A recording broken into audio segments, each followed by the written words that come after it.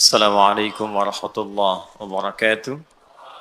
Saudara-saudariku, Bapak Ibu sekalian, Alhamdulillah kita berjumpa kembali untuk melanjutkan kajian kita setelah kita beribadah kepada Allah Subhanahu wa taala.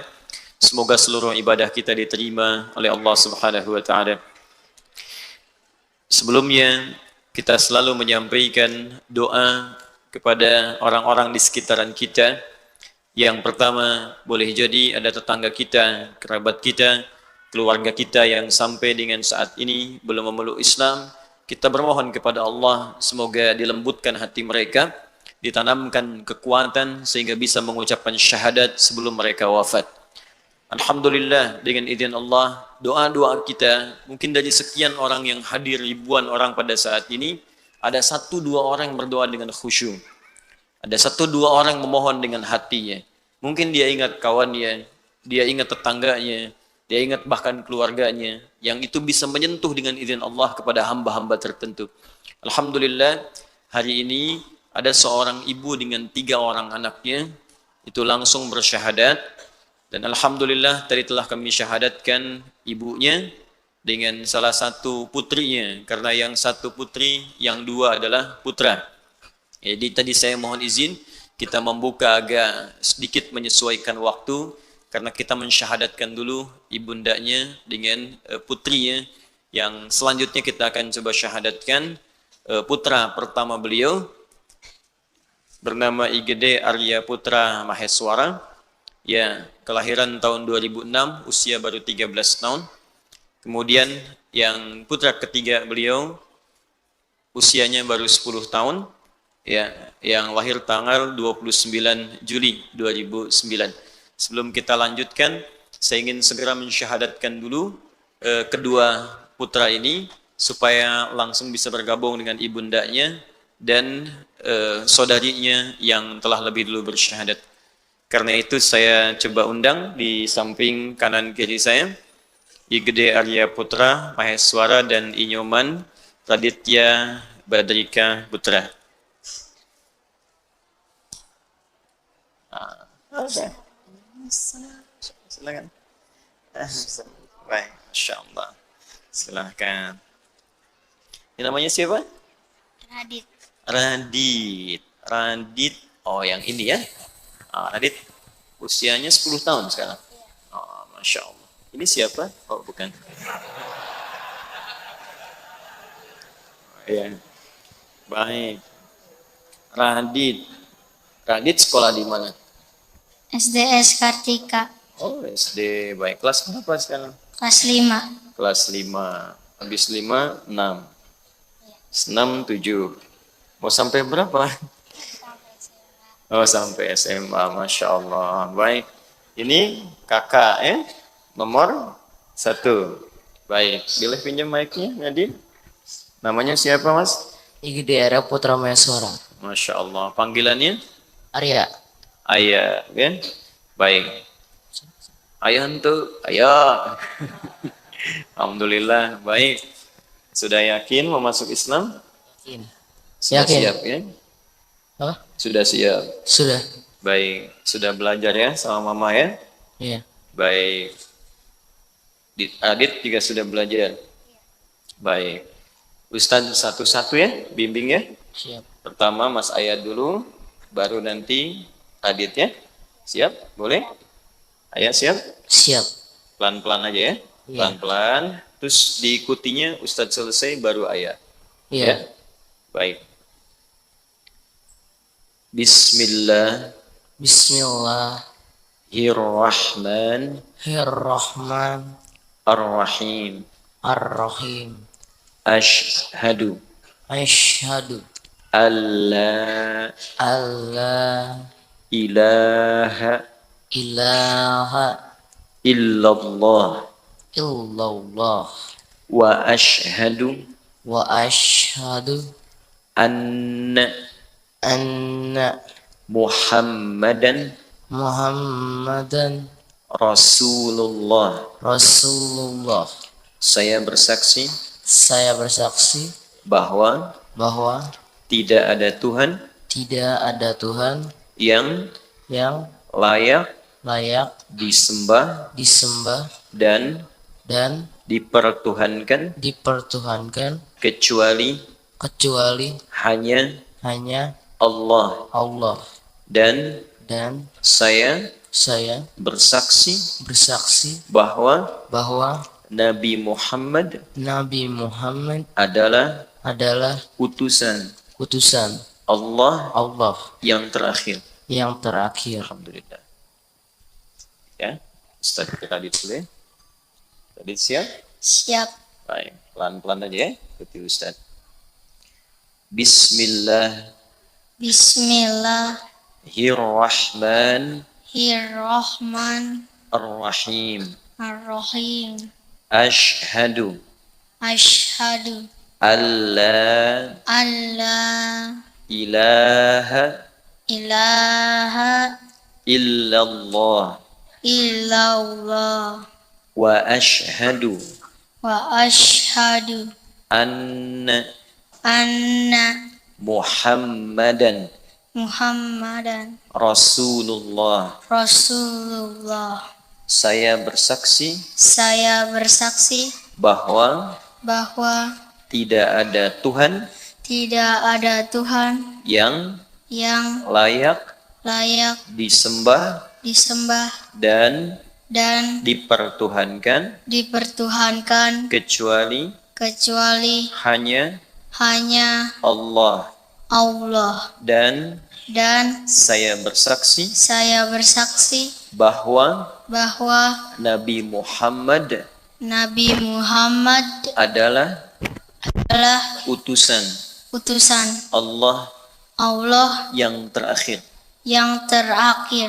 Alhamdulillahirabbil alamin. Arrahmanirrahim. Maliki yaumiddin. Iyyaka na'budu wa iyyaka nasta'in. Ihdinas siratal mustaqim. Siratal ladzina an'amta 'alaihim ghairil maghdubi 'alaihim waladdallin. Allahumma shalli wa sallim wa barik ala rasulika al-karim nabiyyika nabiy sayyidina Muhammadin wa ala alihi wa sahbihi ajma'in. Allahumma taqabbal ya Allah minhuma in raditu ayya shahadatahuma ya rabbal alamin. Yassir lahumma hayatahuma ya arhamar rahimin. اللهم كفر عنهما سيئاتهما طول حياتهما يا رب العالمين. اللهم ارزقهما رزقا حلالا طيبا في الدنيا والآخرة. اللهم يسر حياتهما يا الله واجعل حياتهما حياة طيبة. اللهم ألحقهما مع الذين أنعمت عليهم من النبيين والصديقين والشهداء والصالحين وحسن أولئك رفيقا. وألحقنا معهم في رحمتك يا رب العالمين. ربنا آتنا في الدنيا حسنة في الآخرة حسنة وقنا عذاب النار. بفضلك سبحان ربك رب العزة عما يصفون وسلام على المرسلين وآخر دعوانا أن الحمد لله رب العالمين. Masya Allah. Sekarang agamanya sudah apa Radit? Udah Islam. Sudah Islam. Senang Islam. Senang. Oh, Masya Allah. Baik. Ayah sama. Itu di telinganya ada apa? Ada coklat. Di syahadat ada coklat. Ganti Ustaz tuh. Ya, sama-sama. Baik ya. Oh, ini nggak ada. Baik. Ayo sekarang kelas berapa? Pakai mic-nya. Pakai mic-nya. Kelas 8 SMP. 8 SMP. Berarti ada 1, 2, 3, 4, 8 tuh berarti kelas 2. Iya, kelas 2. SMP, Masya Allah. Ya habis pegang mic, ini beda telinganya tuh. Oh, ada coklat. Masya Allah. Mau pegang mic juga. Baik. Alhamdulillah sudah masuk Islam. Yang baik ya. Iya. Yang baik sama mama ya. Yang baik sama keluarga, sama adik ya. Insya Allah. Dijaga semua ya. Sudah latihan sholat belum? Sudah. Nah, sholat subuh berapa rakaat? 2. 2. Bagus. Ya, kalau zuhur? 4. 4. Kalau isya?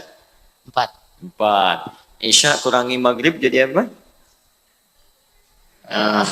Isya kurangi maghrib jadi tidak sempurna sholatnya ya.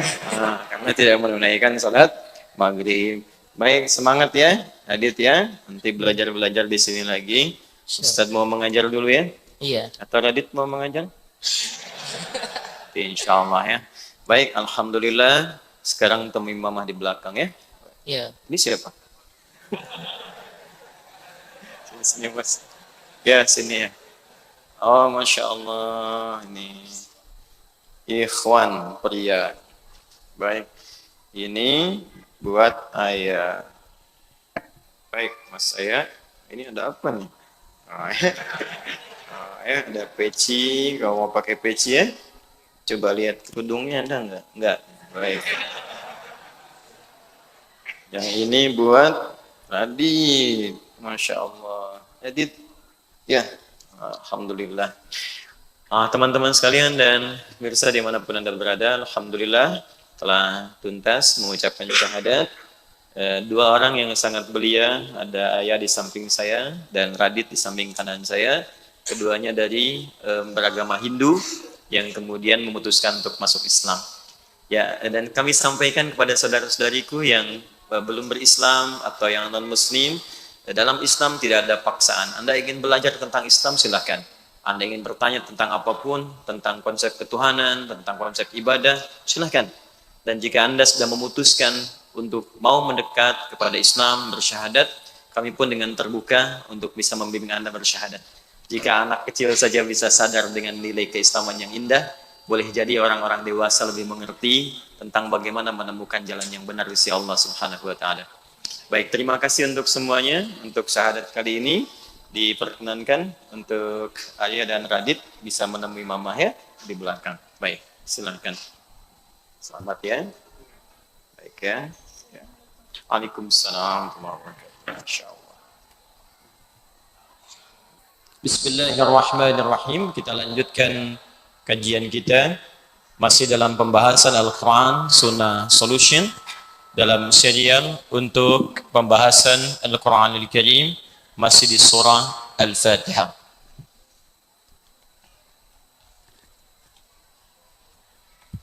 Hari ini kita akan lanjutkan pada pembahasan ayat yang terakhir, yaitu pada firman Allah Subhanahu wa taala, Siratal ladzina an'amta 'alaihim ghairil maghdubi 'alaihim waladdallin.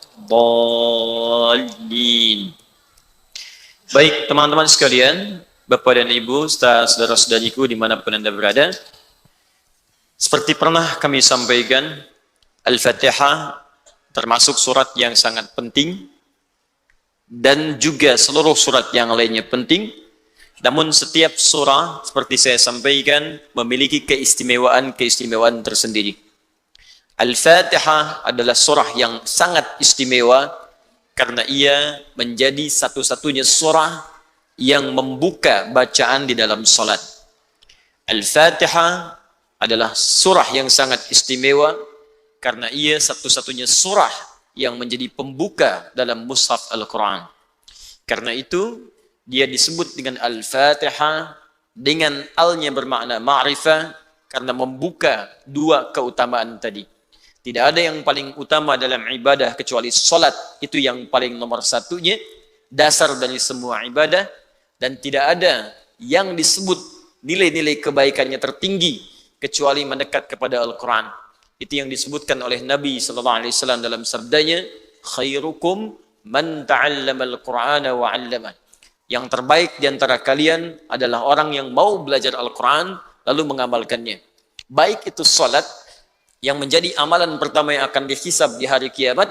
Inna awwalu ma yuhasabu bihil abdi yawmal qiyamati as-salah.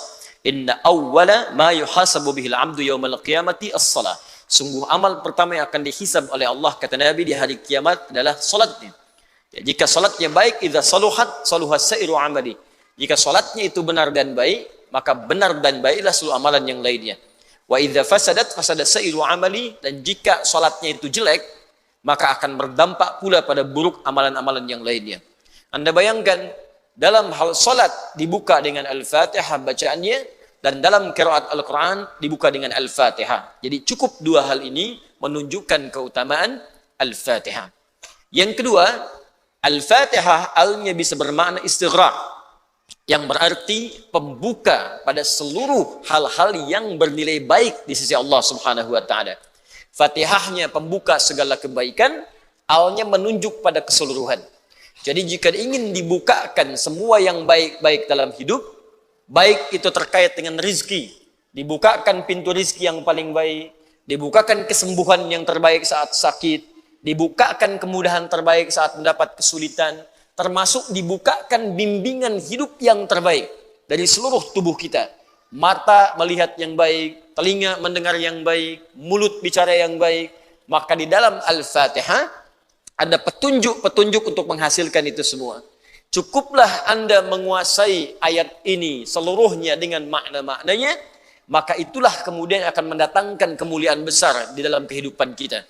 Karena itulah Al-Fatihah disebut juga dengan nama Al-Kafi, yang mencakup semua nilai-nilai kebaikan, yang dengan cakupan itu cukup bila kita menguasainya, maka kita akan dapatkan seluruh tahapan-tahapan kemuliaan itu. Saya sudah terangkan dari awal sampai dengan ayat yang ke-6. Sekarang kita akan sambungkan pada ayat yang ke-7. Sebelum masuk ke ayat yang terakhir ini, saya ingin tegaskan kembali, dalam salah satu hadis qudsi yang pernah kita bahas di pertemuan terakhir, jika seseorang benar membaca Al-Fatihahnya dengan hatinya yang paling dalam, lalu dia amalkan dengan baik, maka kata Allah melalui lisan Nabi SAW di hadis qudsi, perhatikan kalimatnya, hadza baini wa baina abdi. Ini adalah perjanjian antara aku dengan hambaku. Wali abdi masala. Jika hambaku benar sampai bacaan Al-Fatihah di ayat yang terakhir kemarin, iyyaka na'budu wa iyyaka nasta'in. Jika benar bacaannya sampai di situ, kata Allah, masala. Bonus pertama yang diberikan, apapun yang ia minta saat ini, aku akan kabulkan. Ingat itu? Apapun yang ia minta saat ini, aku akan kabulkan. Karena itu, pembuka perintah sholat, itu diawali dengan kalimat minta sesuatu. Quran surah kedua Al-Baqarah ayat ke-45. Wasta'inu bis-sabri was-salat. Perhatikan cara menerjemahkannya. Kata Allah, jika Anda punya kesulitan dalam hidup, apapun jenisnya, maka terimalah itu dengan sabar. Lalu mintakan solusinya kepada Allah. Logika sederhananya begini. Kalau bapak ibu ada kesulitan tentang perihal tertentu, maka Anda kan akan mencari pakar untuk menyelesaikannya. Handphone rusak, perginya kan ke tukang handphone kan? Servis di situ. Motor ada masalah, pergi kemudian ke bengkel. Baik, fisik ada masalah, pergi ke dokter. Jelas ya? Sekarang hidup kita punya masalah. Maka yang bisa menyelesaikan semua itu, kita harus datang kepadanya. Siapa itu? Carilah yang tidak punya batas dalam pemberiannya. Bukan cuman sekedar memperbaiki motor Anda dengan kun fayakun dan ditunjukkan kepada bengkel terbaik. Bahkan ia mampu mendatangkan motor yang lebih baru. Maka ketika Anda memohon kepadanya, kata Allah, saya akan panggil engkau setiap hari supaya engkau bisa menyampaikan kepadaku keluhan apa yang sedang kau rasakan. Masalah apa yang Anda miliki? Maka datang kepadaku, kata Allah, karena aku tidak punya batas dalam pemberian. Maka muncullah kalimatnya, wasta'inu bis-sabri was-salat. Jika engkau punya persoalan dalam hidup, sabar dulu terima. Nanti saat sholat, datang kepadaku, mintakan apa yang ingin kau mohonkan. Karena itu sholat disebut dengan sholat.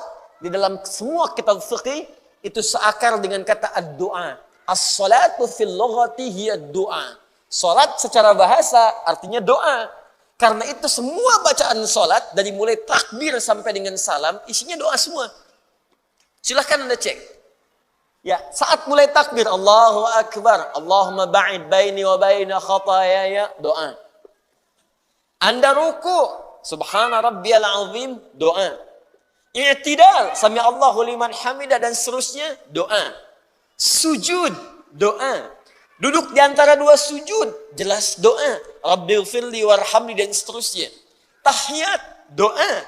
Bahkan sebelum kita salam, bukankah kita minta 4 permintaan yang paling utama? Ya, Allahumma inni a'udzubika min adzabi jahannam, wa min adzabil qabri, wa min fitnatil mahya wal mamat, wa min syarri fitnatil masih dajjal. 4, masih doa juga. Ditutup dengan salam pun doa. Assalamualaikum warahmatullah. Doa.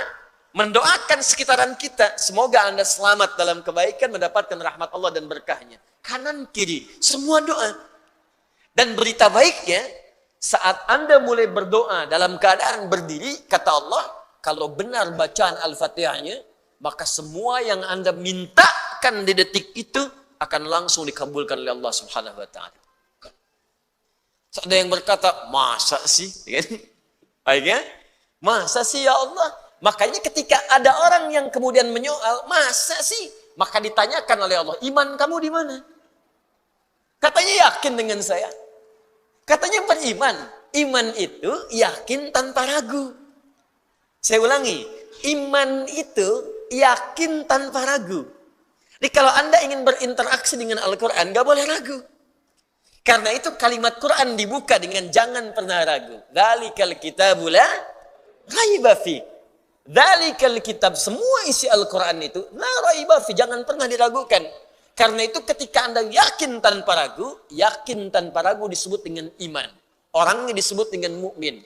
Ketika ada orang yang berkata, ya Allah benar akan dikabulkan, maka langsung oleh Allah dipertanyakan imannya. Dipindah ke Quran surah kedua Al-Baqarah ayat 153. Paling kanan sebelah bawah. Kalimatnya sama persis tapi pembukaannya berbeda. Yang pertama Al-Baqarah ayat 45, wasta'inu bis-sabri was-salah. Ada yang berkata, benar ya Allah, langsung dibalikkan oleh Allah. Ya ayyuhalladzina amanu. Hei orang-orang yang telah beriman, engkau kan sudah beriman. Masa masih nggak yakin juga dengan saya? Kamu masih ragu, kata Allah. Di mana iman kamu? Jadi kalau ada ayat dibuka dengan kalimat iman, ya ayyuhalladzina amanu 68 kali disebutkan dalam Al-Quran. Jika ada ayat dibuka dengan kalimat iman, maka informasi yang disampaikan sekaligus mempertaruhkan keimanan kita di hadapan Allah. Kalimat salat dibuka dengan iman pertamanya. Alladzina yu'minuna bil ghaib wa yuqimunas shalah. Artinya sebelum salat kita yakin dulu ada manfaat dalam salat. Jadi kalau ada orang yang tidak salat dipertanyakan imannya di mana? Sama persis kalau ada orang yang salat dan tidak memohon kepada Allah atau ragu, kata Allah iman kamu di mana? Ya ayyuhalladzina amanu sta'inu bis sabri was salat. Karena itu sebelum kita dalami lebih jauh, saya ingin tekankan dulu nih sebelum Isya. Begitu Anda sampai pada kalimat iyyaka na'budu wa iyyaka nasta'in, maka tanamkan keimanan dalam diri kita. Itu poin pertamanya. Yakin pasti Allah kabulkan. Yakin kalau kita minta pasti Allah akan berikan. Jadi kalau Anda cuma baca dengan lisan, nggak sampai ke hati, nggak sampai ke jiwa, maka mustahil apapun yang Anda minta akan dijawab. Mustahil. Ya, lihat rumusnya. Sebentar, sebelum masuk ke ayatnya, saya terangkan kaidahnya dulu.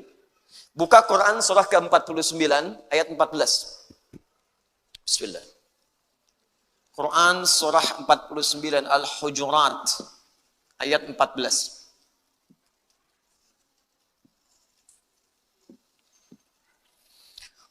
Qalatil a'rabu amanna. Orang Arab Badui berkata, saya beriman, kami beriman ya Rasulullah. Lalu Nabi diam. Sehingga turun jawaban dari Allah. Kul, katakan Muhammad. Ya, katakan Muhammad. Lam tu'minu. Kalian sungguh belum serius imannya. Fokus. Walakin qulu aslamna. Tapi cukup katakan dulu, kami baru masuk Islam. Nah, orang yang masuk Islam bukankah mengucapkan kalimat syahadatain? Asyhadu an la ilaha illallah wa asyhadu anna Muhammadan Rasulullah. Jadi lisannya mengucapkan kalimat iman, ya, maka dengan kalimat itu menjadi muslim dia. Jadi baru di lisan. Nah, kalimat yang di lisan ini mesti dimasukkan ke dalam hati supaya sampai di jiwa kita. Kalau sudah sampai ke hati, nanti iman yang di hati ini akan membimbing seluruh tubuh kita. Masuk ke mata, matanya dijaga dengan iman. Masuk ke lisan, lisan dibimbing pakai iman. Beda antara lisan beriman dengan yang belum beriman lain.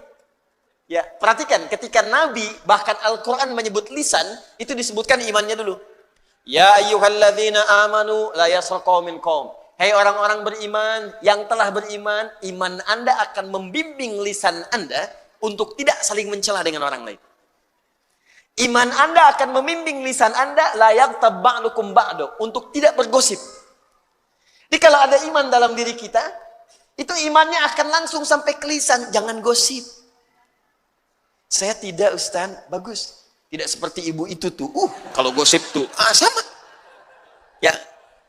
Jadi kalau iman kita itu masih ada, itu langsung bahkan seketika ada kebagian pikiran kita mengatakan ini nggak bagus. Pernah ada perasaan begitu? Ya, ada gambar-gambar yang nggak bagus, tiba-tiba ini nggak baik. Ya, qul lil mu'minina yaghuddu min absarihim. Katakan pada pria-pria yang punya iman. Iman itu akan otomatis masuk ke mata membimbing. Jangan lihat yang nggak bagus. Ke kaki sama, ke tangan sama. Jadi itu kalau iman masuk ke dalam jiwa kita, ke dalam tubuh kita, maka dia akan membimbing seluruh elemen tubuh kita untuk berlaku yang baik-baik. Tapi kalau cuma di lisan saja, nyampe ke lisan diucapkan, nggak nyampe ke hati. Walamma yadkhulul imanu fi qulubikum. Lihat ayatnya. Sedangkan iman yang engkau ucapkan itu, engkau tidak sampaikan dia ke dalam jiwamu. Akhirnya beragama itu hambar. Salat cuma di lisan, Allahu Akbar, cuma nyampe sini aja, nggak nyampe sini. Karena diucapkan cuma di lisan, nggak sampai ke dalam jiwa, akhirnya yang di jiwa nggak memberikan bimbingan kepada kita. Memang lisannya Allahu Akbar, tapi di pikirannya WA hu Akbar, Facebook hu Akbar, YouTube hu Akbar, Allahu Akbar, tang ting tung ting tang ting tung tang ting tung.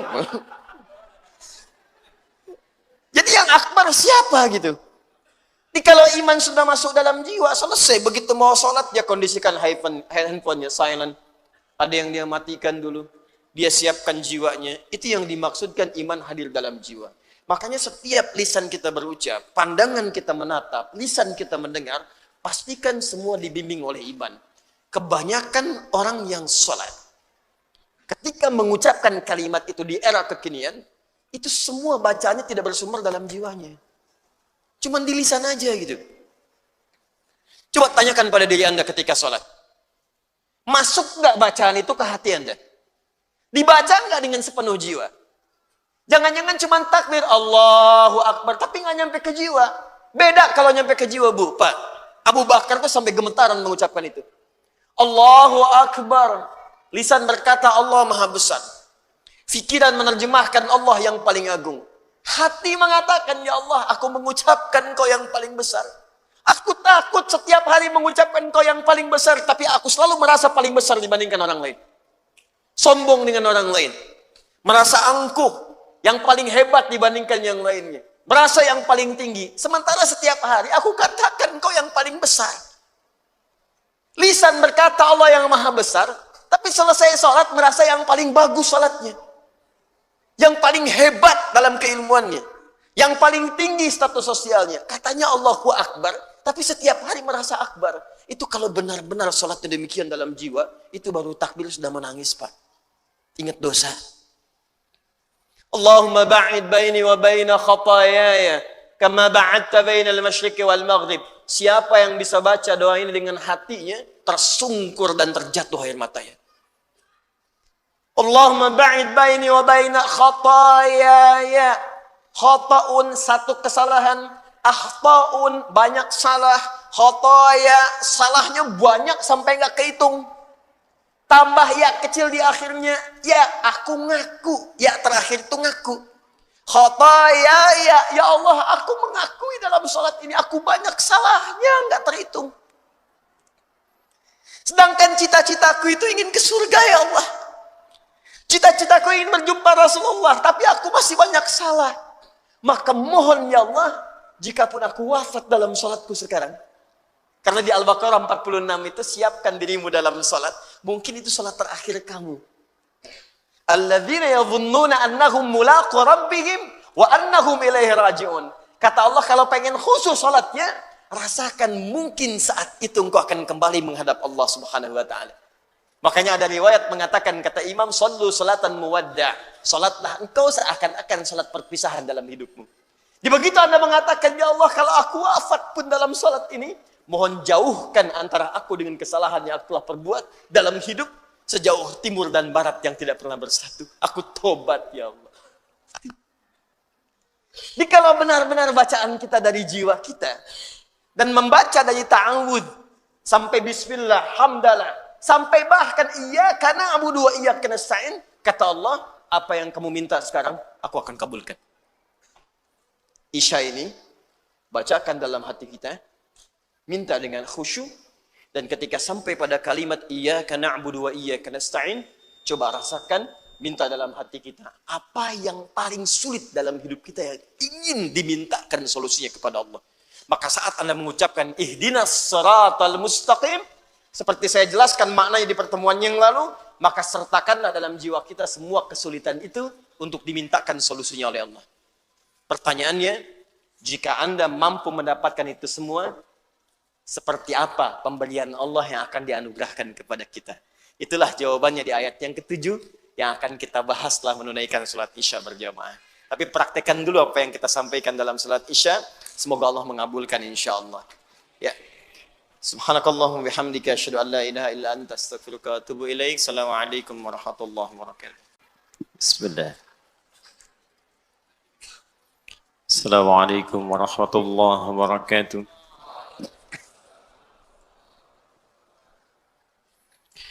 Alhamdulillah. Wassalatu wassalamu ala rasulillah wa ala alihi wa sahbihi wa man walah wa ba'du. Saudara-saudariku, kita telah menunaikan salat Isya berjamaah beserta amal dan sunnahnya. Semoga salat kita diterima oleh Allah Subhanahu wa taala. Alhamdulillah, kita lanjutkan kembali dan terhubung bersama kita ada saudara-saudari kita dari Papua. Saya simak tadi lewat tayangan di media sosial. Ada yang juga dari Maluku, ada Sulawesi, ada dari Malaysia, juga beberapa wilayah di luar negeri. Kita mendoakan saudara-saudari kita dari sini, semoga Allah memberikan keberkahan pada teman-teman kita semuanya. Baik, jika kita meminta dalam Al-Fatihah, langsung tawaran dari Allah, silahkan minta apapun, sepanjang itu baik untuk dunia dan akhirat, dan itu engkau butuhkan, pasti Allah kabulkan. Jadi ingat, itu dua ya aspeknya. Jadi kalau minta itu, yang akan dikabulkan oleh Allah, aspeknya dua. Satu, kebutuhan, bukan keinginan. Ingat ya, saya ulang, kebutuhan bukan keinginan. Kadang-kadang kita meminta, menginginkan sesuatu, Allah menjawab apa yang kita butuhkan, bukan apa yang kita inginkan. Nah, dalam hal ini kadang-kadang terjadi tiga hal.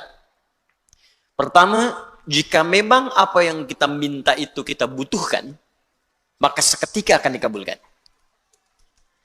Yang kedua, boleh jadi yang kita inginkan itu memang kita butuhkan, tapi bukan saat ini.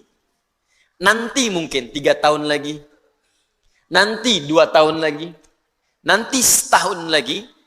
Maka boleh jadi permintaan saat ini ditunda oleh Allah, jawabannya bukan tidak dijawab, tapi dikabulkan saat kita sanggup kemudian menjalani apa yang kita mintakan itu. Ini biasa Pak, jangankan kita, para nabi pun begitu. Ya, Nabi Muhammad SAW minta kepada Allah supaya kiblat dialihkan dari Masjid Al-Aqsa ke Ka'bah Al-Musharrafah di Makkah Al-Mukarramah. Apakah seketika saat meminta langsung dikabulkan? Tidak. Ada proses 2 tahun lebih sampai hampir 3 tahun. Baru turun Quran surah kedua ayat 144 itu. Bahkan bahasanya dalam Al-Quran, qad nara taqalluba wajhika fis sama. Kami selalu perhatikan, engkau menengadahkan wajahmu ke langit memohon supaya kiblat dialihkan.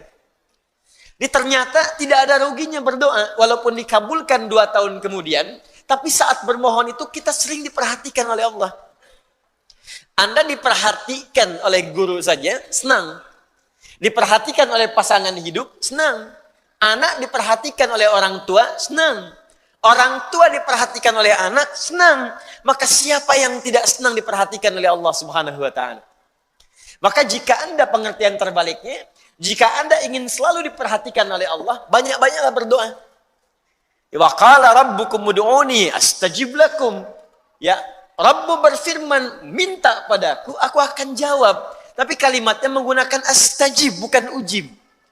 Ya, tolabu syai, bisa berarti jaraknya seketika, bisa berarti masih ada jarak ke depan.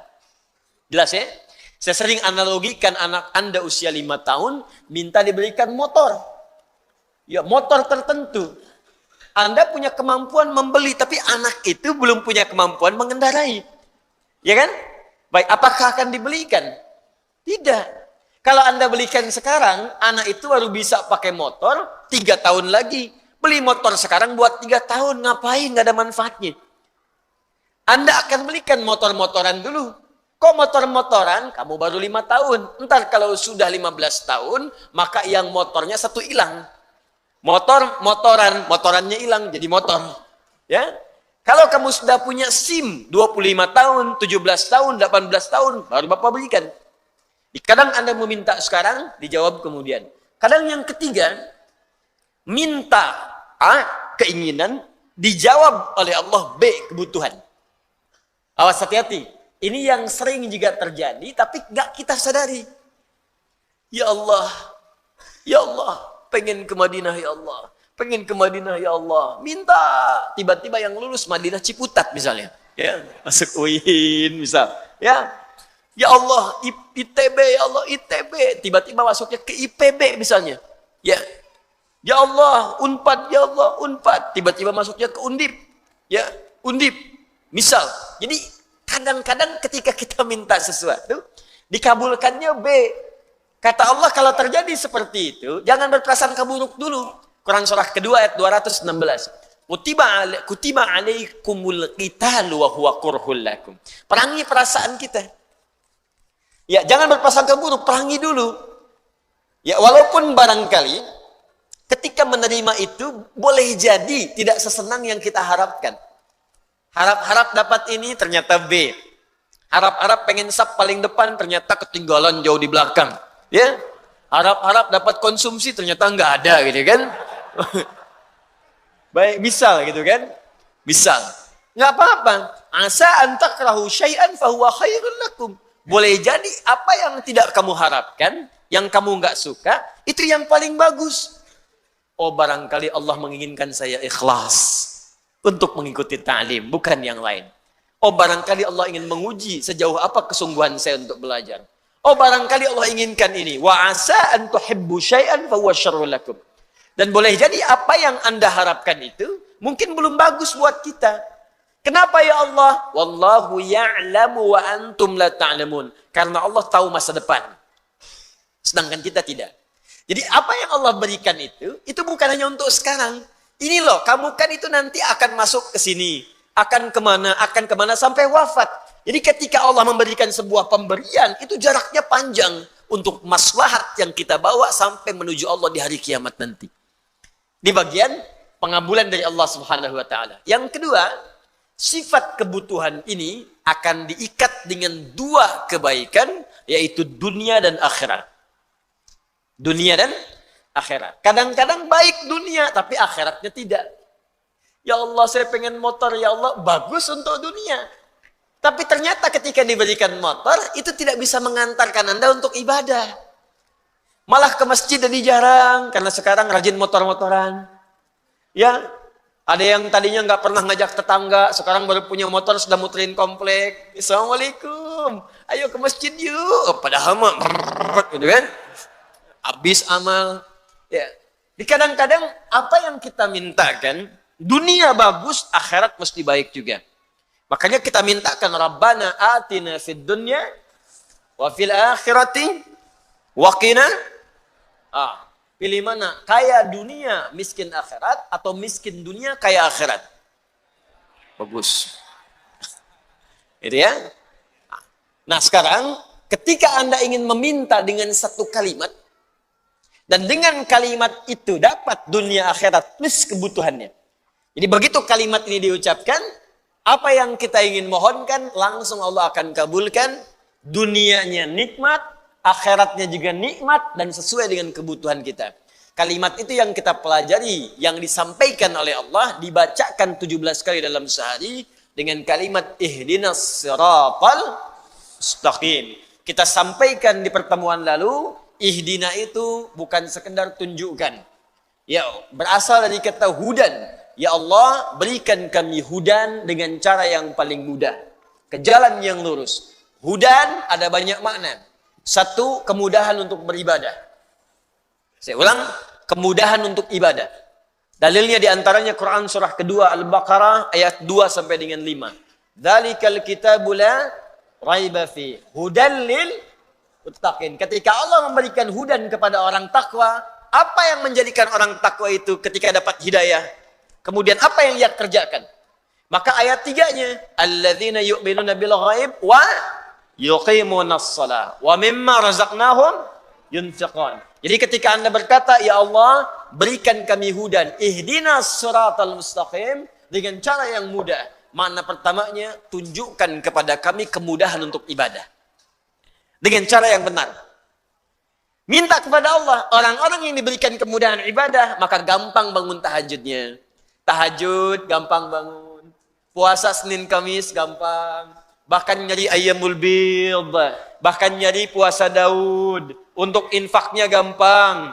Ya, walaupun punya 1 juta bisa infak, 100.000 bisa infak. Nggak ada uang, masih sedekah. Dia cari kadang ke jalan, buang sampah ke tempatnya. Apa yang kira-kira bisa di masjid dibersihkan, dia bersihkan. Ada orang-orang yang minta hidayah kepada Allah, diberikan kemudahan untuk jalan ibadah. Ada yang gampang ke masjid, Masya Allah. Ya, salat subuh misalnya jam 4:06, jam 3 sudah ke masjid. Bahkan pintu belum dibuka, di luar dia sholat. Ya, karena memang bermalam di masjid itu kan, misal. Minta. Yang kedua, ada berarti solusi. Solusi. Ya, dari setiap persoalan yang dialami. Yang ketiga, ada berarti juga bimbingan kemudahan untuk mencapai kesuksesan dari apa yang kita kerjakan dalam hidup. Jadi ada solusi, ada kenyamanan, ada bimbingan, ada kemudahan untuk ibadah. Kalau Anda benar berdoanya, maka Allah ajarkan kepada kita, kita akan dibimbing oleh Allah untuk mendapatkan kenikmatan dalam menjalani setiap kemudahan tadi. Maka turunlah ayat yang selanjutnya, setelah kita mengatakan, ihdinas siratal mustaqim, ya Allah, berikan kami hudan dengan segala jenisnya itu, yang telah kita pelajari dulu. Ya, dengan cara yang paling mudah, cara yang paling lurus. Seperti apa itu semua? Dilanjutkan oleh Allah Subhanahu wa taala dengan ayat berikutnya, siratal ladzina an'amta 'alaihim ghairil maghdubi 'alaihim waladdallin. Yaitu jalan-jalan kemudahan untuk mencapai petunjuk tadi, kemudahan ibadah dengan cara yang benar, kemudahan mendapatkan rizki dengan cara yang benar, kemudahan mendapat solusi ketika punya masalah dengan cara yang benar, kemudahan sukses dengan cara yang benar, seperti engkau berikan pada orang-orang dulu yang telah mendapatinya dengan cara yang paling nikmat. Bukan orang-orang yang telah engkau berikan, kemudian tersesat dengan itu karena tidak menggunakannya, atau dia tahu itu kemudian baik, tapi dia menjauh darimu ya Allah. Kita bacakan dulu tafsir dari ayat ini, baru kita bahas kalimat per kalimat insyaAllah. Supaya kita bisa mendapatkan pencerahan dari para ulama tafsir dulu. Hari ini saya kembalikan ke tafsir Ibnu Katsir rahimahullah. Wa qawluhu ta'ala siratal ladzina an'amta 'alaihim ghairil maghdubi 'alaihim waladdallin. Adapun makna firman Allah Subhanahu wa taala yang tadi dibacakan, قد تقدم الحديث فيما إذا قال العبد اهدنا الصراط المستقيم إلى آخرها أن الله يقول هذا لعبدي ولعبدي ما سأل. Seperti telah berlalu penjelasan dari kami ketika seorang hamba dalam salatnya mengucapkan iyyaka na'budu wa iyyaka nasta'in sampai dengan kalimat ihdinas siratal mustaqim, sampai ke akhirnya ihdinas siratal mustaqim, annallaha yaqul, maka Allah menjawab. Ini yang saya pernah sampaikan kepada Anda. Jadi begitu mengucapkan iyyaka na'budu wa iyyaka nasta'in, kemudian ihdinas siratal mustaqim, maka sampaikan keinginan kita dalam jiwa kita. Apa yang sedang kita rasakan. Ya. Kemudian Imam Ibnu Katsir mengatakan, "Annallaha yaqul," maka Allah akan menjawab, "Hadza li 'abdi wa li 'abdi ma sa'al." Ini perjanjian aku dengan hambaku, maka apapun yang hambaku mintakan, aku akan berikan. Wa qauluhu ta'ala, setelah kita menyampaikan apa yang kita mohonkan itu, lalu Allah Subhanahu wa taala berfirman, "Shiratal ladzina an'amta 'alaihim, shiratal ladzina an'amta 'alaihim mufassirun lis-siratil mustaqim." Ini adalah penjelasan dari kalimat sebelumnya, siratal mustaqim. Bismillah. Jadi ada ayat yang ke-6 yang kita bacakan, ihdinas siratal mustaqim. Saya tulis sebentar. Saya agak pelankan sedikit supaya mudah dipahami. Bismillah. Ihdinas siratal mustaqim. Ya. Perhatikan baik-baik. Ya Allah, mohon berikan kami hudan. Dari kata hudan,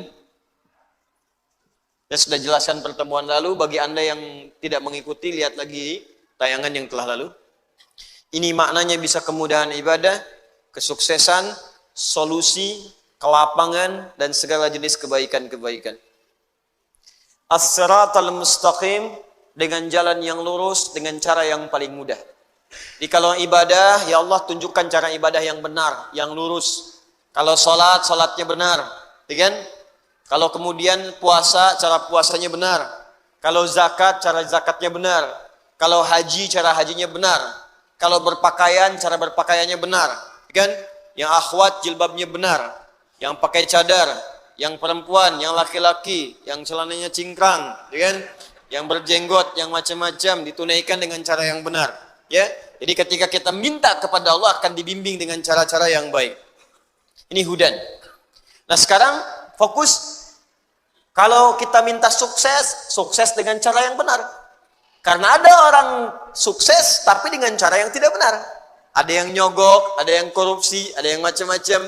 Jadi kalau ada orang korupsi tapi mengucapkan kalimat ini, itu tandanya imannya nggak sampai ke jiwanya. Ya aneh, ihdinas siratal mustaqim. Ya Allah tunjukkan kami cara sukses yang benar dengan jalan yang lurus. Habis itu nyogok. Habis itu korupsi. Habis itu nipu. Berarti ada yang salah dalam sholatnya. Ada yang tidak tepat. Ya Allah berikan solusi dengan cara yang benar. Ada masalah di rumah tangga. Minta kepada Allah maka diberikan solusi dengan cara yang benar. Dituntun kepada guru yang benar. Kepada ustadz yang benar. Pada kiai yang benar. Minta solusi yang baik. Sehingga selesai semua. Nah yang paling indah, ketika Anda mendapatkan jalan yang benar itu, apa yang dimaksud dengan jalan yang benar? Anda bertanya lagi. Maka diteruskan oleh Allah, yang dimaksud dengan as-sirat ini, jalan yang benar ini, kalau ingin sukses, jalannya mesti benar. Kalau ingin ibadah, jalannya mesti benar. Kalau ingin ada solusi, jalannya mesti benar. Yang dimaksud jalan yang lurus dan benar itu, turunlah kalimat selanjutnya. Siratal ladzina an'amta 'alaihim.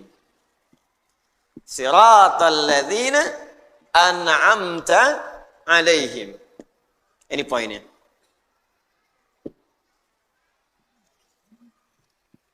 Maka muncul ya ayat yang ketujuh, kata Ibnu Katsir rahimahullah, maka yang dimaksud dengan kalimat siratal ladzina an'amta 'alaihim mufassirun lis-siratal mustaqim.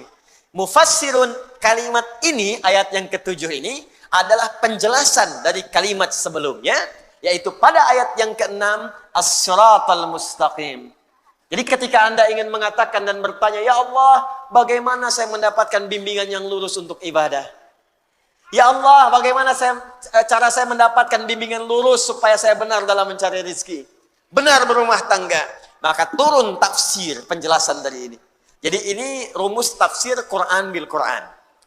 Jadi ayat Quran ditafsirkan dengan ayat Quran lagi. Ini tingkat yang paling tinggi. Jadi nanti ada ayat Al-Quran ditafsirkan dengan ayat lagi. Contoh, Al-Qari'ah, Mal-Qari'ah, kemudian Kamal Qari'ah. Setelah itu, Yauma yakunun nasu kal Nah, tafsir dari Al-Qari'ah tadi yauma yakunun nasu kal farashil mabthus dan seterusnya ayat. Di ada ayat yang ditafsirkan lagi dengan ayat selanjutnya. Jelas? Nah, ada ayat ditafsirkan dengan hadis. Di ayatnya muncul apa keterangan di ayat itu? Hadis Nabi sallallahu alaihi wasallam yang menjelaskannya. Ini paling banyak. Contoh tentang puasa, contoh salat. Ya, disolatkan dalam Al-Qur'an saat kita salat, ada perintah salat, kan nggak pernah disebutkan dalam Quran bagaimana cara takbir. Ya, bagaimana cara ruku. Diperintahkan di Al-Quran kita supaya sholat. Al-Baqarah ayat 43. Wa aqimus sholat. Ayo tunaikan sholat. Tapi nggak pernah dirinci di Al-Quran bagaimana cara sholatnya. Ya, coba dilihat. Ada nggak ayat tentang membimbing kita? Cara takbir itu angkat tangan sampai sejajar dengan bahu. Ada ayatnya? Silahkan cari sampai kiamat kurang 2 hari. Nggak akan ketemu. Nggak akan ketemu. Karena memang tafsirnya dijelaskan nanti oleh Nabi. Peran Nabi untuk menjelaskan itu semua lewat hadis Nabi SAW. Karena itu ada hadis tentang fikih sholat. Cara bertakbir, cara niat sebelumnya, cara menghadap kiblat, bahkan cara wudhu sampai dengan kita sholat dengan sempurna. Itu Al-Quran ditafsirkan dengan hadis. Kenapa Ustadz? Kok nggak lengkap aja di Quran supaya lebih mudah? Joni, kalau itu saja dilakukan, kapan kita hafal Qurannya? Ya. Maka kalau banyak itu seberat apa mushafnya? Setebal apa Qurannya? Ya, dan apa peran Nabi diutus untuk kita? Bagaimana kemudian kita bisa melakukannya? Kalau dijelaskan di Quran nggak ada contohnya, nirunya bagaimana? Nirunya bagaimana? Kadang-kadang satu kalimat saja salah paham. Ya, Anda bayangkan dijelaskan, tapi nggak ada contohnya. Bagaimana mengikutinya? Paham sampai sini? Baik, itu Al-Quran dengan hadis. Ya, nah, sekarang ini Al-Quran dijelaskan lagi dengan Al-Quran. Suratal mustaqim ditafsirkan suratal ladzina an'amta alaihim. Nanti sebentar saya teruskan dulu baca kitabnya baru kemudian kita jelaskan maknanya.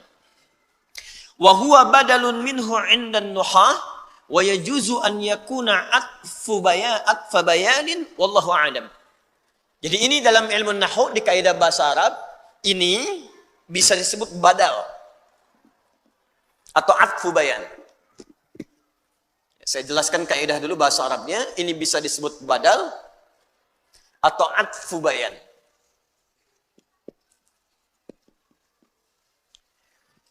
Badal artinya keterangan yang menggantikan, menjelaskan secara menyeluruh. Itu badal. Ya, bisa. Yang dimaksud as-sirat ini keterangan menyeluruhnya adalah ini maksudnya. Jelas? Atau atfu bayan. Diikutkan pada ataf itu mengikutkan pada kalimat sebelumnya. Jadi hukum menafsirkan ayat ini ikutkan pada kalimat sebelumnya, jangan tafsirkan sendiri. Jadi kalau Anda ingin menafsirkan ayat yang ini, ya kata Ibnu Katsir rahimahullah, maka menafsirkan ayat ini atfun ikutkan pada kalimat sebelumnya. Lihat dulu. Karena itu di ilmu tafsir ada rumus namanya 2L 1S. Ya, 2L 1S, ya. Ini ada L, ada S, ada S. L-nya disebut dengan 2L, maaf, L, L, S. Double L, S. L yang pertama disebut dengan lihaq. Sudah? Maaf, 1L, 2S. Siyak dan sibak. Lihaq. Kedua siyak. Ketiga sibak. Saya ulang, L, S, S. 1L, 2S. L-nya lihaq. Lihaq itu yang di depannya, yang setelahnya. Misal, Anda ingin menafsirkan ihdinas siratal mustaqim. Apa yang dimaksud ihdinas siratal mustaqim? Maka lihat ayat setelahnya. Jelas? Baik. Sibak. Sibak itu ayat yang sebelumnya. Saya ingin tafsirkan suratal ladzina an'amta alaihim, maka lihat ayat sebelumnya. Siyak, siyak itu ayat yang sedang kita bahas. Misal, ihdinas siratal mustaqim. Ketika kita ingin menggali makna ayat ini ayat yang sedang kita bahas namanya siyak. Kaitan dengan ayat sebelumnya disebut sibak. Kaitan dengan ayat setelahnya disebut dengan lihaq. Secara singkat, kalau ingin menafsirkan Al-Quran, jangan sembarangan baca satu ayat, langsung Anda pahami maknanya. Tidak. Anda harus memahami dulu kaitan dengan ayat sebelumnya. Al-Baqarah ayat 7.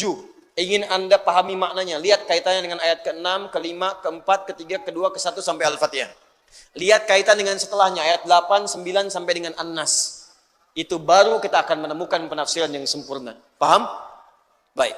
Jadi ketika Anda ingin menafsirkan yang ini, atfun.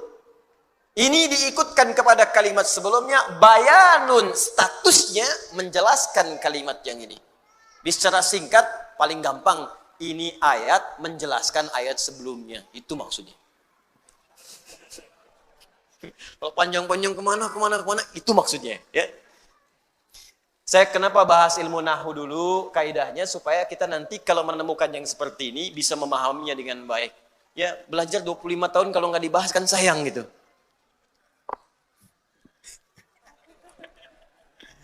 Baik. Sekarang kita tafsirkan per kalimatnya. Walladzina an'ama Allahu 'alaihim humul madhkuruna fi suratin Nisa, haitsu qala ta'ala, "Wa may yuti'illaha wa rasulahu fa ulaika ma'al ladzina an'ama Allahu 'alaihim minan nabiyyin was-siddiqin wasyuhada'i was-salihin wa hasuna ulaika rafiqa." Sekarang fokus baik-baik. Lihat sini. Saya akan mulai jelaskan tafsirnya. Dan di sini kita akan mulai serius memahami maknanya. Ya Allah, kami ingin mendapatkan kemudahan dalam ibadah, kemudahan dalam mendapat rezeki, kemudahan mengatasi persoalan, maka bagaimana cara kami mendapatkannya? Maka Allah turunkan ayat, Siratal ladzina an'amta 'alaihim.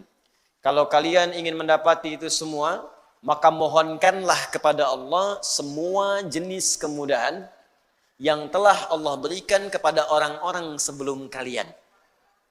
Yang mendapatkan kemudahan itu begitu nikmat. Kalau terjemah biasa, ya Allah, berikanlah kepada kami jalan yang paling nikmat seperti Engkau telah berikan kepada orang-orang sebelum kami. Jadi kalau Anda ingin ibadah, dibimbing oleh Allah dan nikmat ibadahnya. Ada orang memang benar ke masjid, tapi ibadahnya belum nikmat. Subuh jam 4:06, jam 4 dah ke masjid, tapi begitu subuh enggak nikmat. Allahu Akbar.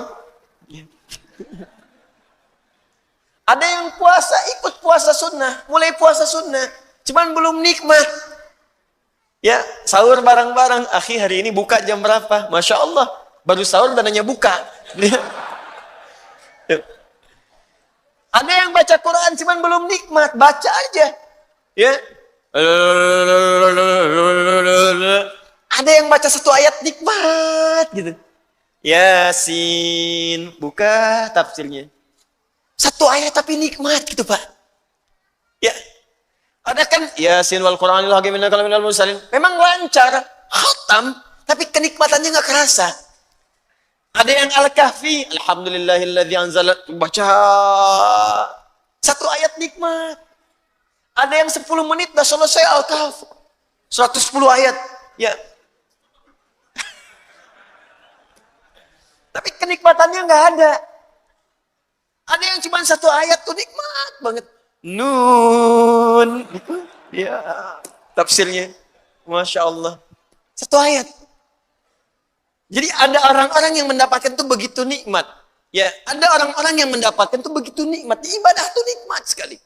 Di Allah tawarkan, kamu saya beri solusi, tapi nikmat. Kan ada orang yang dapat solusi, tapi caranya kan nggak enak. Anda mau ke Alexan ke sini, Anda cari jalan, ya. Saya mau tanya pada Anda, pilih mana, jalan yang berliku atau jalan yang lurus sampai ke tujuan?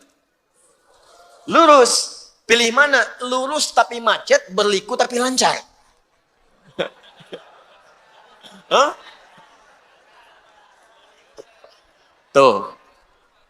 Pasti aja tuh. Lurus tapi lancar. Ya. Baik, ada yang lurus tapi macet. Ada yang lurus tapi lancar. Nikmatkan yang lancar kan? Tapi ada yang paling dahsyat. Lurus dan macet masih nikmat. Itu yang gak mudah. Alhamdulillah macet. Allahu Akbar. Bisa murajaah Quran. Lihat tuh. Jadi yang dia pikirkan tuh niatnya yang lurus.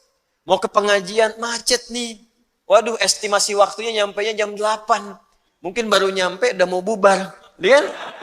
Tapi nikmat aja, bukankah sekarang live? Dibuka aja, ikutin. Jadi memang yang dia konsenkan niatnya. Niat saya kan untuk belajar. Dan dahsyatnya dalam Islam, pahala diberikan saat niat itu muncul. Innamal a'malu niat. Jadi begitu niatnya muncul, pahala datang. Dan yang paling dahsyat, orang yang datang pun kalau rusak niatnya, rusak pahalanya. Begitu datang, ceklik. Wah, langsung kan selfie dari sana, klik, kirim ke teman. Aneh udah nyampe, ente di mana? Wah, mengaji dulu mencas iman. Padahal pengen orang tahu gitu. Nah ini ada bagian-bagian tertentu yang teman-teman sekalian, ketika kita hadirkan itu, kata Allah, saya akan berikan kepada kalian, fokus, segala kemudahan, segala solusi, dan caranya nikmat mendapatkannya. Kalau Anda bertanya, ya Allah, saya pengen itu. Saya ingin mendapatkan solusi dengan cara yang nikmat, seperti engkau berikan pada orang-orang sebelum saya.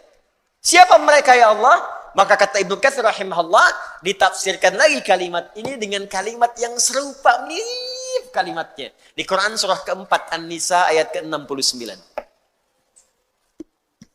Ini kuncinya. Quran surah keempat An-Nisa ayat 69.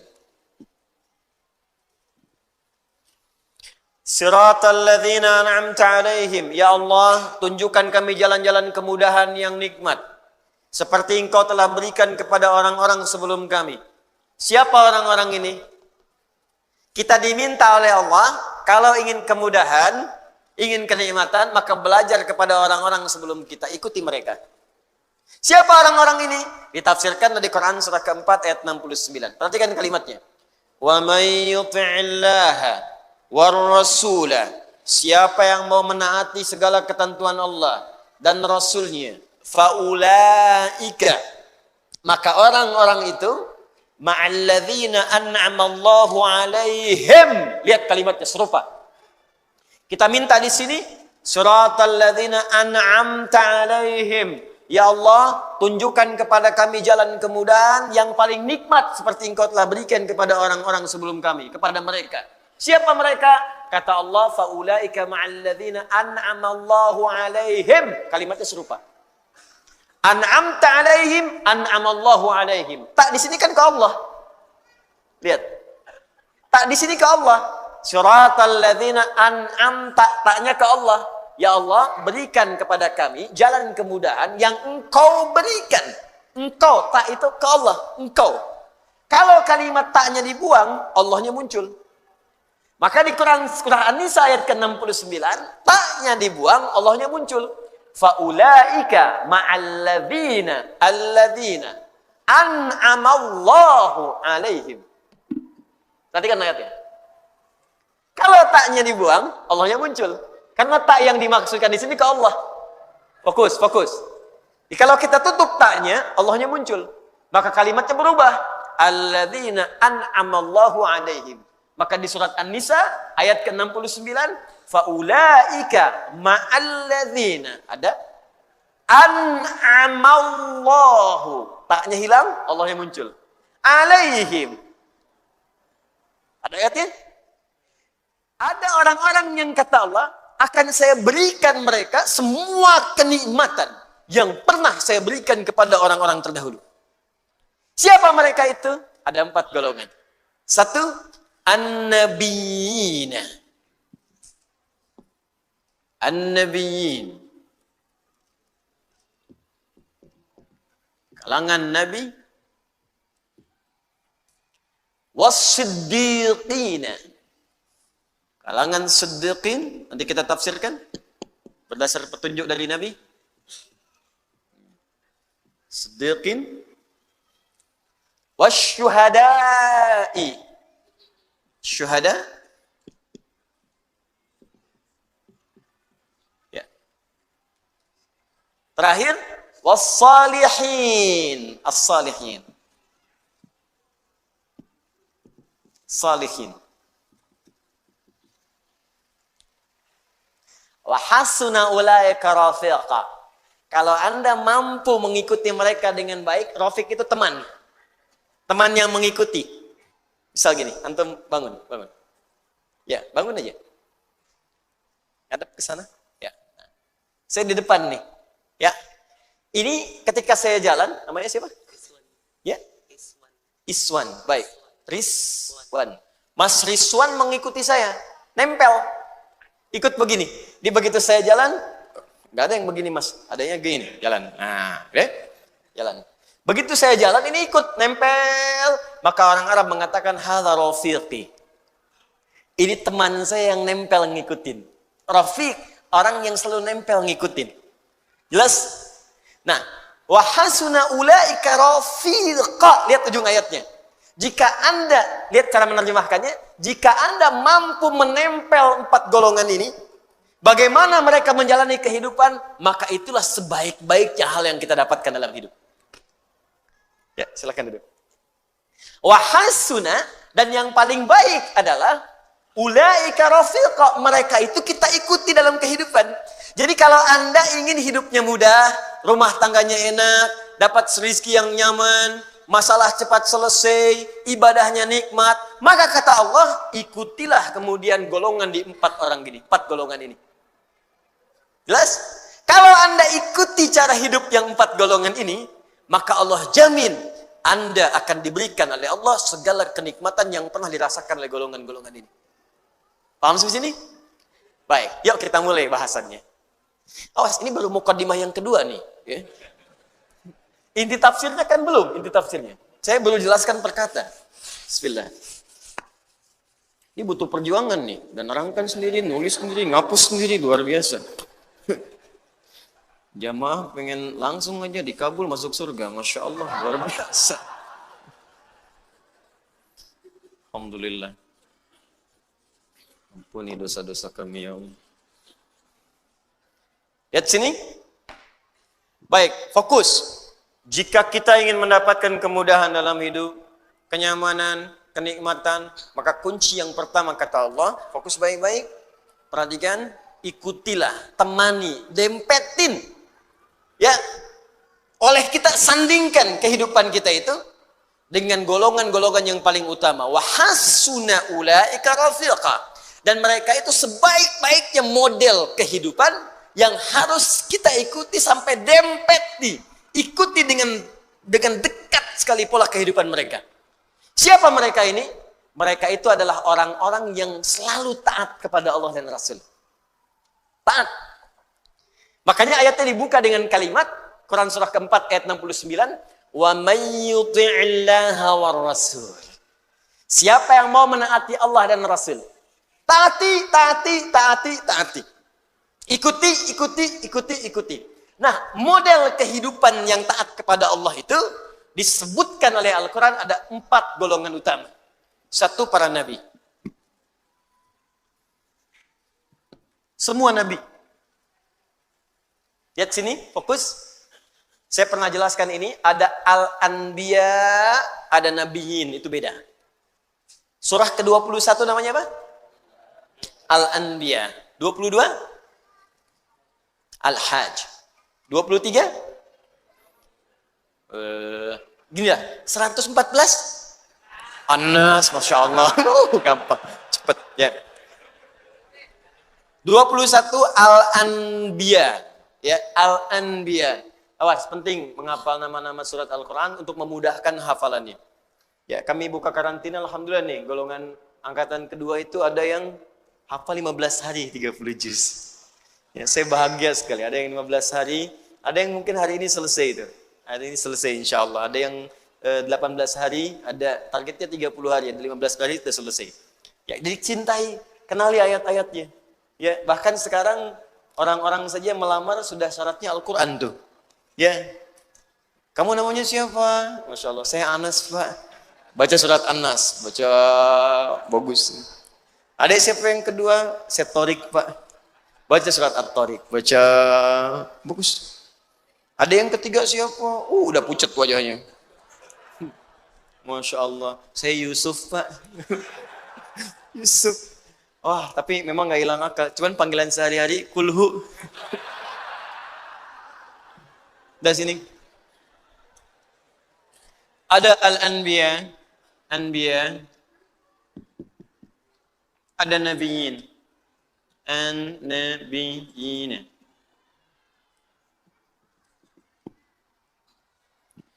Kalau anbiya, beberapa nabi.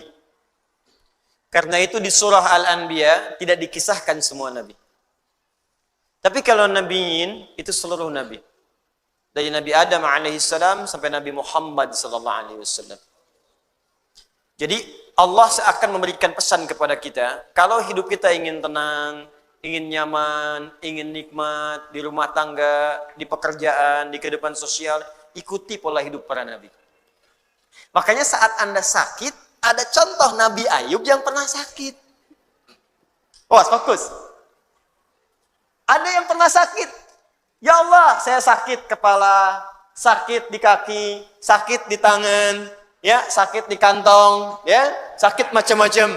Nah, begitu terkena penyakit fisik, Allah turunkan pola kehidupan Nabi yang pernah sakit. Ada yang ringan-ringan, seperti Nabi Ibrahim sakit. Bagaimana menikmati penyakit itu? Ini yang paling indah. Sakit tapi menikmatinya gitu. Kan kebanyakan orang sakit itu menghadirkan keluhan kan? Makanya dokter bertanya ketika pasiennya datang, keluhannya apa, Pak? Keluhannya apa, Bu?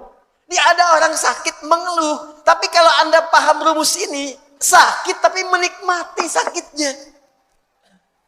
Pernah nggak ada orang ke rumah sakit? Keluhannya apa? Ah, nggak ada, nikmat semuanya. Terus ngapain Bapak kesini? Cuma buat kasih tahu aja. Orang semua sakit itu ditanya keluhan. Yang ini tidak menikmati sakitnya. Nabi Ibrahim sakit. Ketika sakit, Quran surah ke-26 ayat 80. Wa idza maridtu fahuwa yashfin. Kalau saya sakit, pasti Allah sembuhkan. Enggak ada keluhan. Allah, Engkau yang memberi saya makan. Engkau yang memberi saya minuman, Engkau yang menghidupkan saya, Engkau yang mewafatkan saya. Seperti Engkau menyehatkan saya dengan makanan dan minuman, saya sakit pun pasti Engkau sembuhkan. Nggak ada keluhan yang keluar. Yang dahsyat Nabi Ayub. Ketika Anda berkata, itu kan penyakit biasa Ustaz. Tapi saya ini kena jantung. Jantung. Tapi kan masih hidup, Bu. Kematian itu tidak ada hubungan dengan jantung. Kematian itu dengan ajal. Ada orang nggak sakit jantung pun kalau sudah tiba waktunya meninggal juga. Gitu. Tapi kan ginjal saya tidak berfungsi. Tapi kan mata ibu berfungsi. Ya. Tapi kan telinga bapak berfungsi. Lisan kita berfungsi. Maka ketika ada orang mengeluhkan penyakitnya, Allah turunkan penyakit yang paling dahsyat yang pernah dialami oleh seorang nabi, yang tidak pernah dirasakan oleh orang sebelumnya dan tidak akan pernah dialami oleh orang setelahnya. Supaya nggak ada yang mengeluh lagi. Ketika mengeluh, Allah kemudian balikan. Ini aja nabi saya uji, dia nggak mengeluh. Kamu bukan nabi, kenapa mengeluh? Tapi kan dia nabi, ya Allah. Diturunkan ayatnya. Kalau ada orang yang bukan nabi pun mengikuti amalannya, maka saya akan berikan kenikmatan yang sama seperti dia mengalaminya. Maka turunlah Quran surah ke-21 ayat 83 sampai 84 itu. Wa ayyuba idznada rabbahu anni massani yadurru wa anta arhamur rahimin. Kata Allah, "Hei, saya akan buka kisah Ayyub alaihissalam supaya kalian belajar." Ketika ia mulai bermohon kepada Allah, saat sakitnya mulai mengganggu dia untuk ibadah. Di saat sakitnya itu biasa, beliau nikmati aja. Nikmati, sholat ya sholat, ibadah ya ibadah, gak ada keluhan. Istrinya bertanya, "Papa, kenapa gak minta kepada Allah sembuhkan?" Kata suaminya, "Berapa lama kita sehat dan senang? 20 tahun. Berapa lama kita diuji dengan sakit dan begini? 7 tahun. Nanti aja, kalau sudah sakitnya sama dengan sehat 20 tahun, baru saya minta kepada Allah." Saya malu dikasih sehat 20 tahun, saya senang. Kenapa ketika dikasih sakit untuk ibadah selama baru 7 tahun sudah mengeluh? Bukankah semuanya datang dari Allah untuk kita beribadah kepada Allah? Dikasih kaya 20 tahun, kita senang. Diuji dengan fakir baru 7 tahun sudah mengeluh. Saya malu. Nanti aja kalau ujiannya sudah serupa. Jadi bagi Nabi Ayub nggak ada bedanya. Harta ada, nggak ada harta, tetap ketaatan kepada Allah meningkat. Sakit dan sehat nggak ada bedanya bagi beliau. Sehat ujian untuk beramal sempurna, sakit untuk banyak istighfar. Bukankah ketika sakit ada peluang dosa kita diampuni? Tuh. Dikala cara berpikir kita seperti Ayyub alaihissalam, diajarkan ini zikirnya. Apa jawabannya? Fastajabna. Fakashafna ma bihi min dhurrin. Wa atainahu ahlahu. Wa mithlahum ma'hum rahmatan min indina. Belum selesai sampai sini. Wa dzikra lil 'abidin. Ketika Nabi Ayyub alaihissalam bersabar dengan penyakitnya, beliau menikmatinya, dan ketika mulai mengganggu penyakitnya untuk ibadah, baru bermohon kepada Allah, ya Allah, penyakit ini sudah menghambat saya untuk ibadah. Jadi minta sembuh itu bukan sekedar minta sehat, supaya ibadahnya nggak keganggu. Jadi ketika sakit biasa saja, ketika ibadah terganggu baru minta sembuh. Tuh. Ya Allah, kaki saya sakit. Jangankan kamu, banyak yang sakit kaki. Ya Allah, sakit di kaki ini sudah mulai mengganggu saya untuk bisa ke masjid berjamaah. Begitu caranya. Ya Allah, kepala saya sakit. Banyak yang sakit kepala. Ya Allah, penyakit di kepala ini sudah mulai mengganggu saya untuk khusyuk berzikir kepadamu. Itu caranya. Jadi begitu Anda menikmati itu untuk kepentingan ibadah, ditutup dengan kalimat wa dzikra lil 'abidin. Ini aku ingatkan untuk hamba-hambaku yang lain selain Ayub. Jika kalian mengalami hal yang serupa, amalkan amalan seperti Ayub merasakannya. Nabi. Anda berdagang. Anda bisnis. Anda bekerja. Anda berdakwah. Anda mengajar. Apa Anda kira akan mudah menyampaikan semua itu? Belum tentu. Kadang-kadang ada saingan. Anda yang ikut tender, mereka yang menang. Padahal nggak ikutan sama sekali. Ada yang kemudian berusaha menyingkirkan, menyungkurkan. Ada yang mengajar juga, kadang-kadang ada yang menyoal. Bukan cuma Anda. Bahkan ada seorang Nabi namanya Yunus alaihissalam. Berdakwah, bekerja dengan baik. Disoal oleh orang sampai diusir dari kampung. Masuk kemudian ke perahu, dilempar, ditelan ikan paus. Anda bayangkan. Anda masih hidup sampai sekarang, beliau di dalam perut ikan paus. Tapi kau masih bisa nikmat aja zikir. Idnada fi dhulumati. Ya, baca ayatnya wa dhannuni. Baca ayatnya 86 sampai 87-nya. Wa dhannuni idh dhahaba mughadiba. Ya, wa dhanna an lan naqdir alaihi. Fanada fi dhulumati alla ilaha illa anta subhanaka inni kuntu minal zalimin.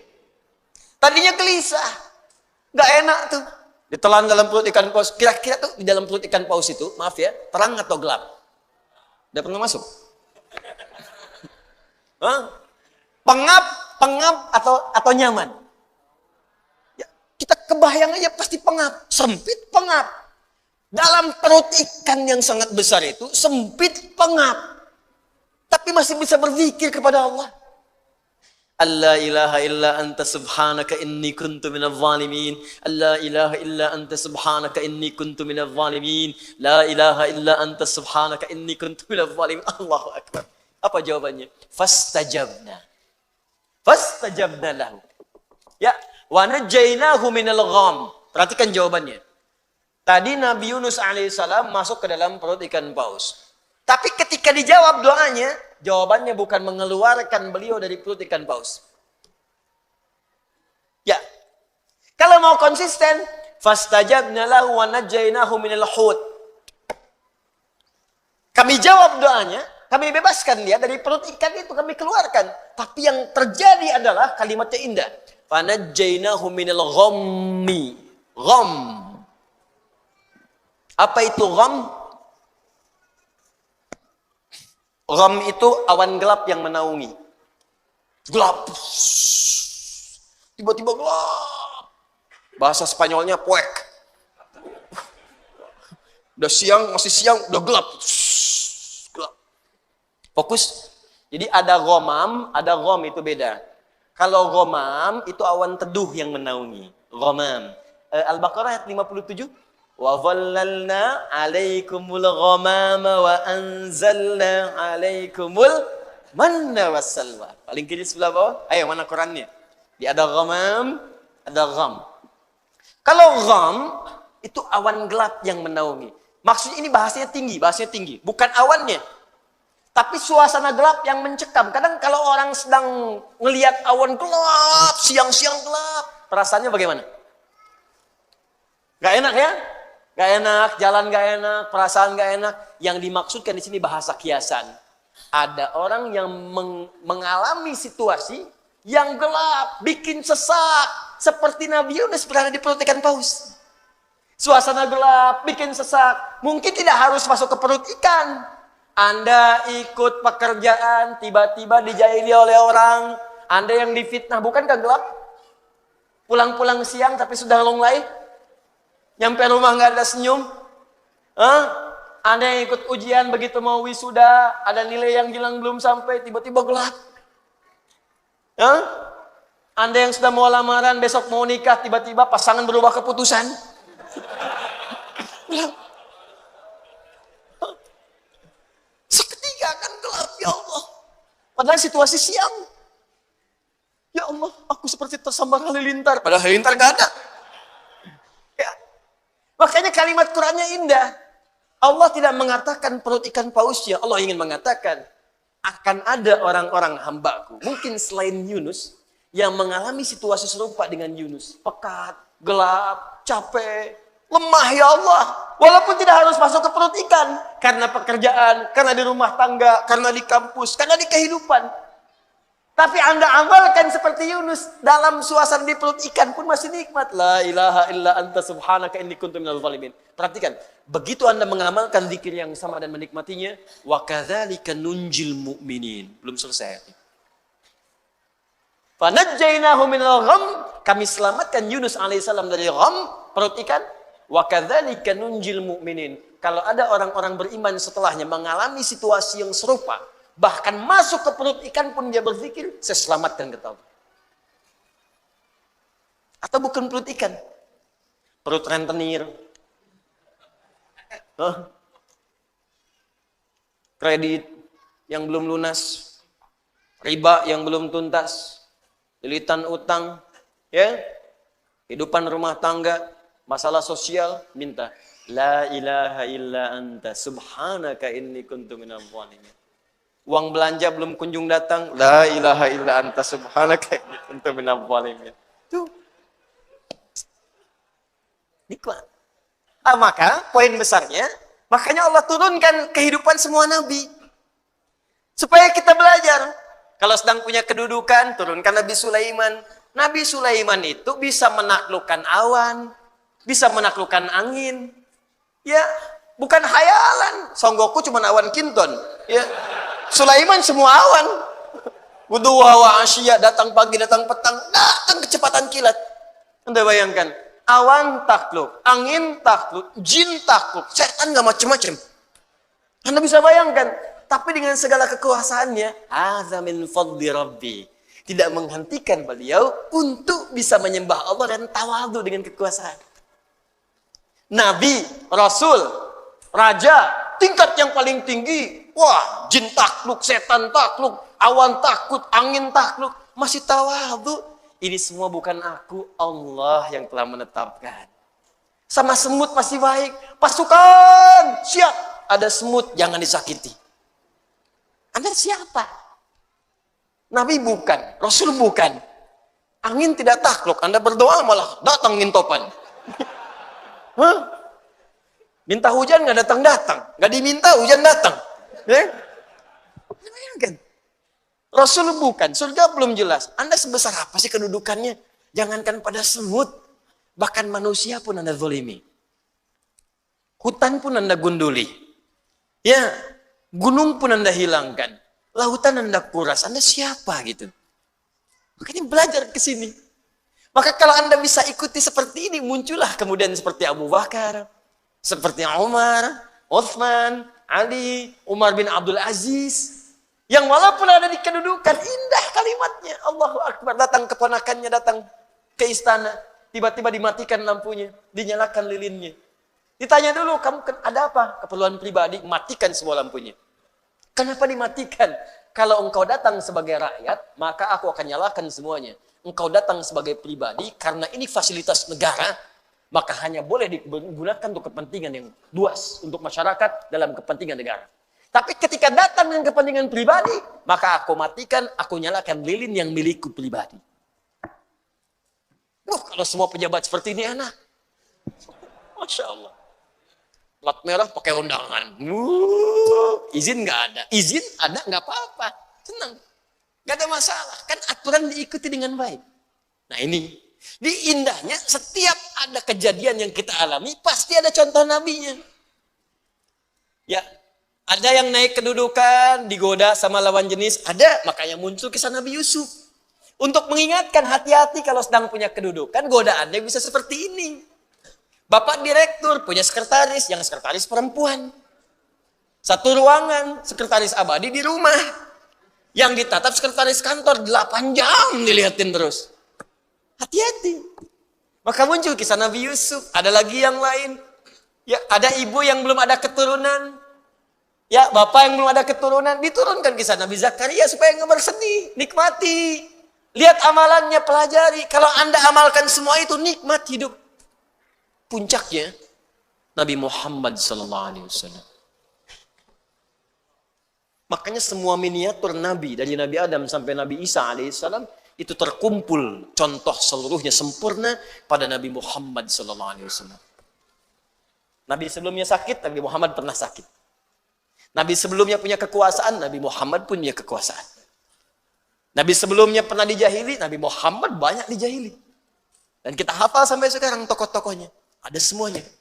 Tapi bagaimana ketika Nabi mengalami semua itu, kenikmatan yang dirasakan. Anda dicaci dengan lisan, Anda dilempar dengan perkataan. Nabi dilempar dengan batu di Taif. Sampai berdarah. Duduk istirahat di bawah naungan pohon. Datang 2 malaikat penjaga gunung. Ya Muhammad SAW. Mud yadayka ilas sama. Muhammad SAW. Angkat tanganmu ke langit. Mintakan kepada Allah supaya kami mengangkat 2 bukit di Taif itu untuk menghimpit orang-orang yang menyakiti engkau itu. Di malaikat sampai datang. Di malaikat aja merasakan ini orang luar biasa nih. Melempar Nabi sampai berdarah. Datang. Angkat tanganmu ke langit, minta kepada Allah. Kami lakukan sekarang. Kami angkat 2 bukit itu, kami himpit mereka yang menyakitimu itu. Melempar engkau dengan batu. Apa jawab Nabi? Lah, jangan lakukan. Fa innahum qaumun la ya'lamun. Fa innahum qaumun la ya'lamun. Mereka belum tahu saja. Nanti kalau sudah tahu juga, mereka akan menyadari mereka salah. Ya Rab, ila man takiluni?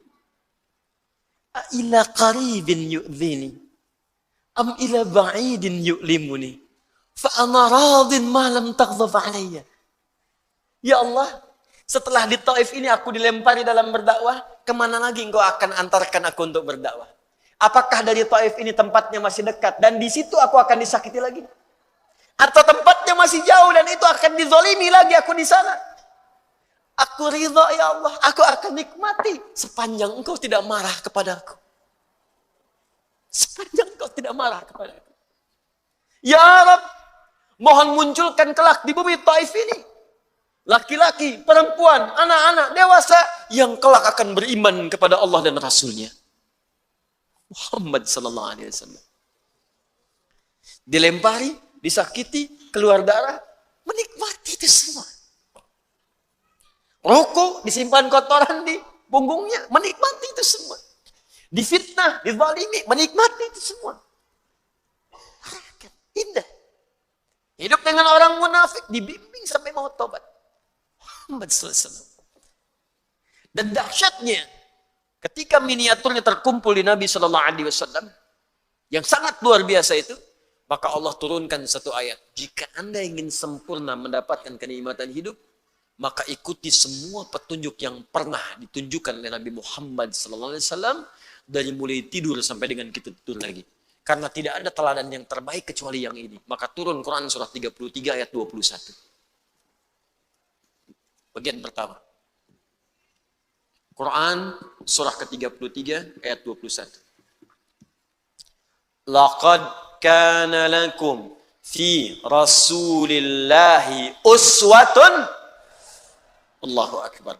Kalau Nabi lain gak disifati dengan ini. Nabi lain tuh cuman kisah ini diikuti, kisah ini diikuti. Nabi Muhammad tidak. Langsung keluar kalimat uswatun hasanah. Uswah hasanah. Bahkan ayatnya di riwayat Warsh dan Qalun bisa dibaca dengan iswah. Qalun, Warsh dari Nafi' bisa dibaca dengan iswah. Laqad kana lakum fi rasulillahi iswatun hasanah. Iswah. Bisa uswah, bisa iswah. Dahsyat. Ini langsung penetapan dari Allah. Muhammad SAW beda, khusus, tidak sama dengan Rasul lain.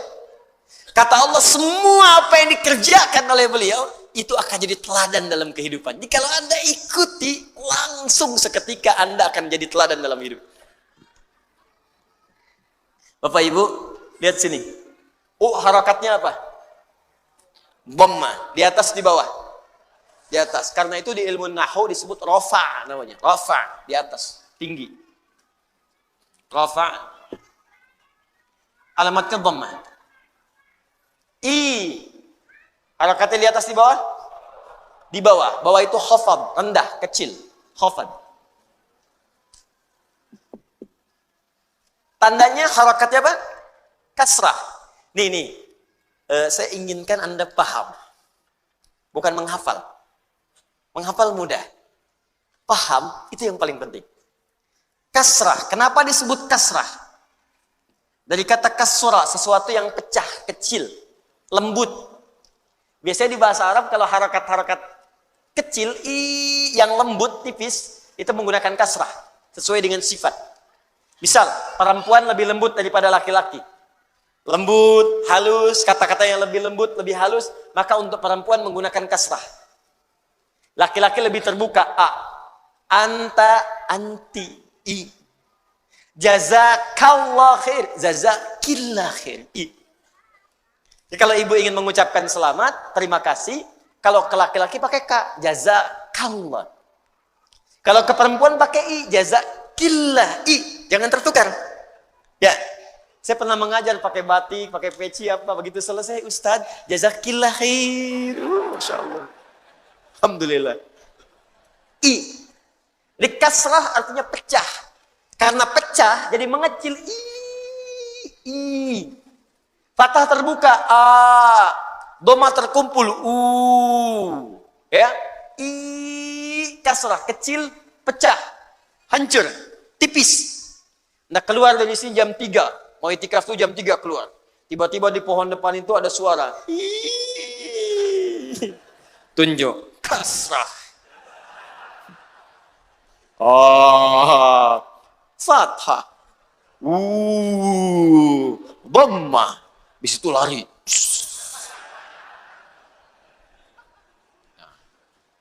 Sekarang belajar ilmu bahasa. Awas, 5 menit kita selesai. Fokus. Kenapa disebut kasrah? Kasrah menunjuk pada sesuatu yang pecah, rendah. Kalau pecah itu jadi kecil ya. Kasura zujat, kaca pecah maka jadi kecil. Jadi kalau ada sesuatu menggunakan harakat kasrah ini menunjuk pada sesuatu yang kecil, ringan. Makanya alamatnya khafan, di bawah, rendah. Kalau menggunakan sesuatu yang tinggi, terkumpul, rafa tinggi.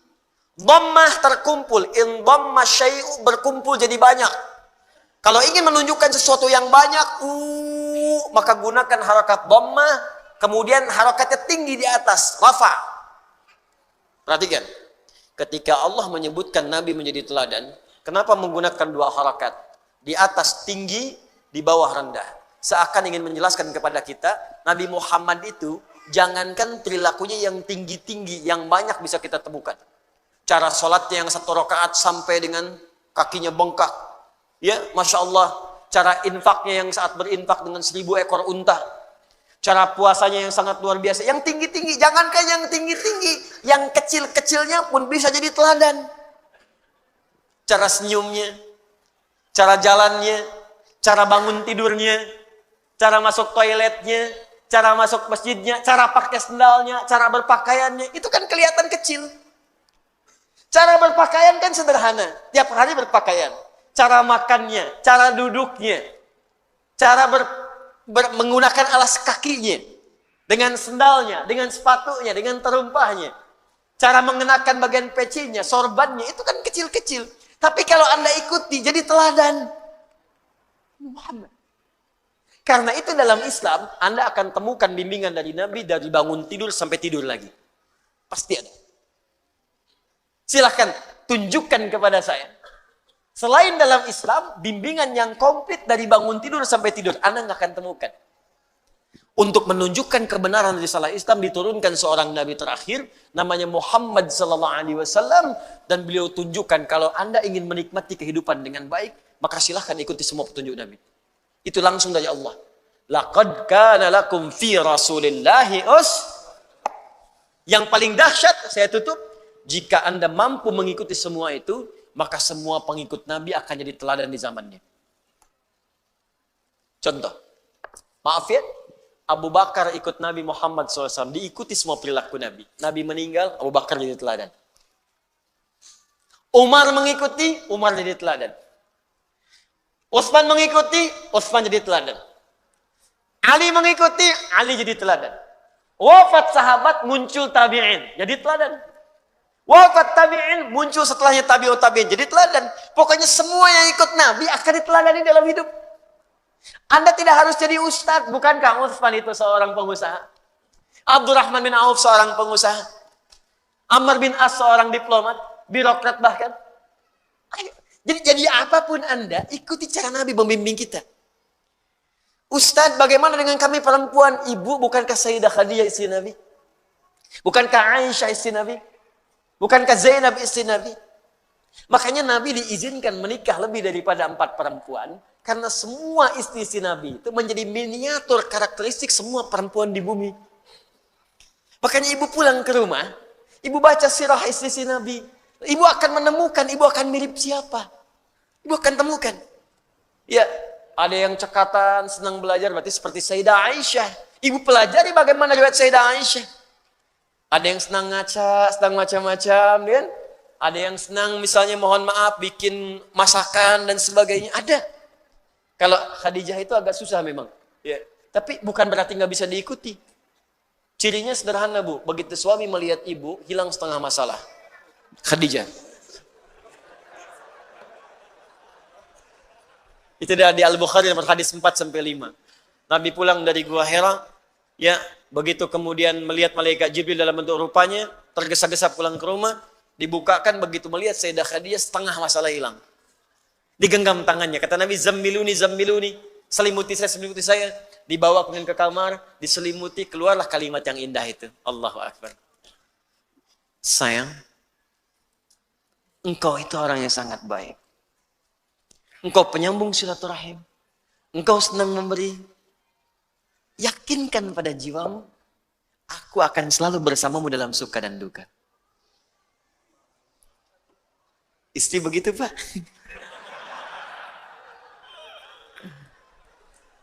Hilang semuanya. Sudah selesai. Hilang semua kegelisahan. Khadijah. Coba besok antum pulang dari pekerjaan kan. Ada masalah.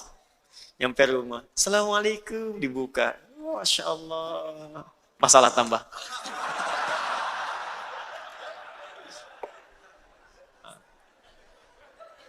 Dan bonusnya, saya akhiri. Bonusnya. Orang yang mampu mengikuti Nabi SAW. Dalam setiap taraf hidupnya bukan hanya akan dijamin tenang hidupnya, tapi orang ini akan langsung mendapatkan cinta Allah Subhanahu wa taala. Itu ada di Quran surah ketiga Ali Imran, saya tutup ayat 31.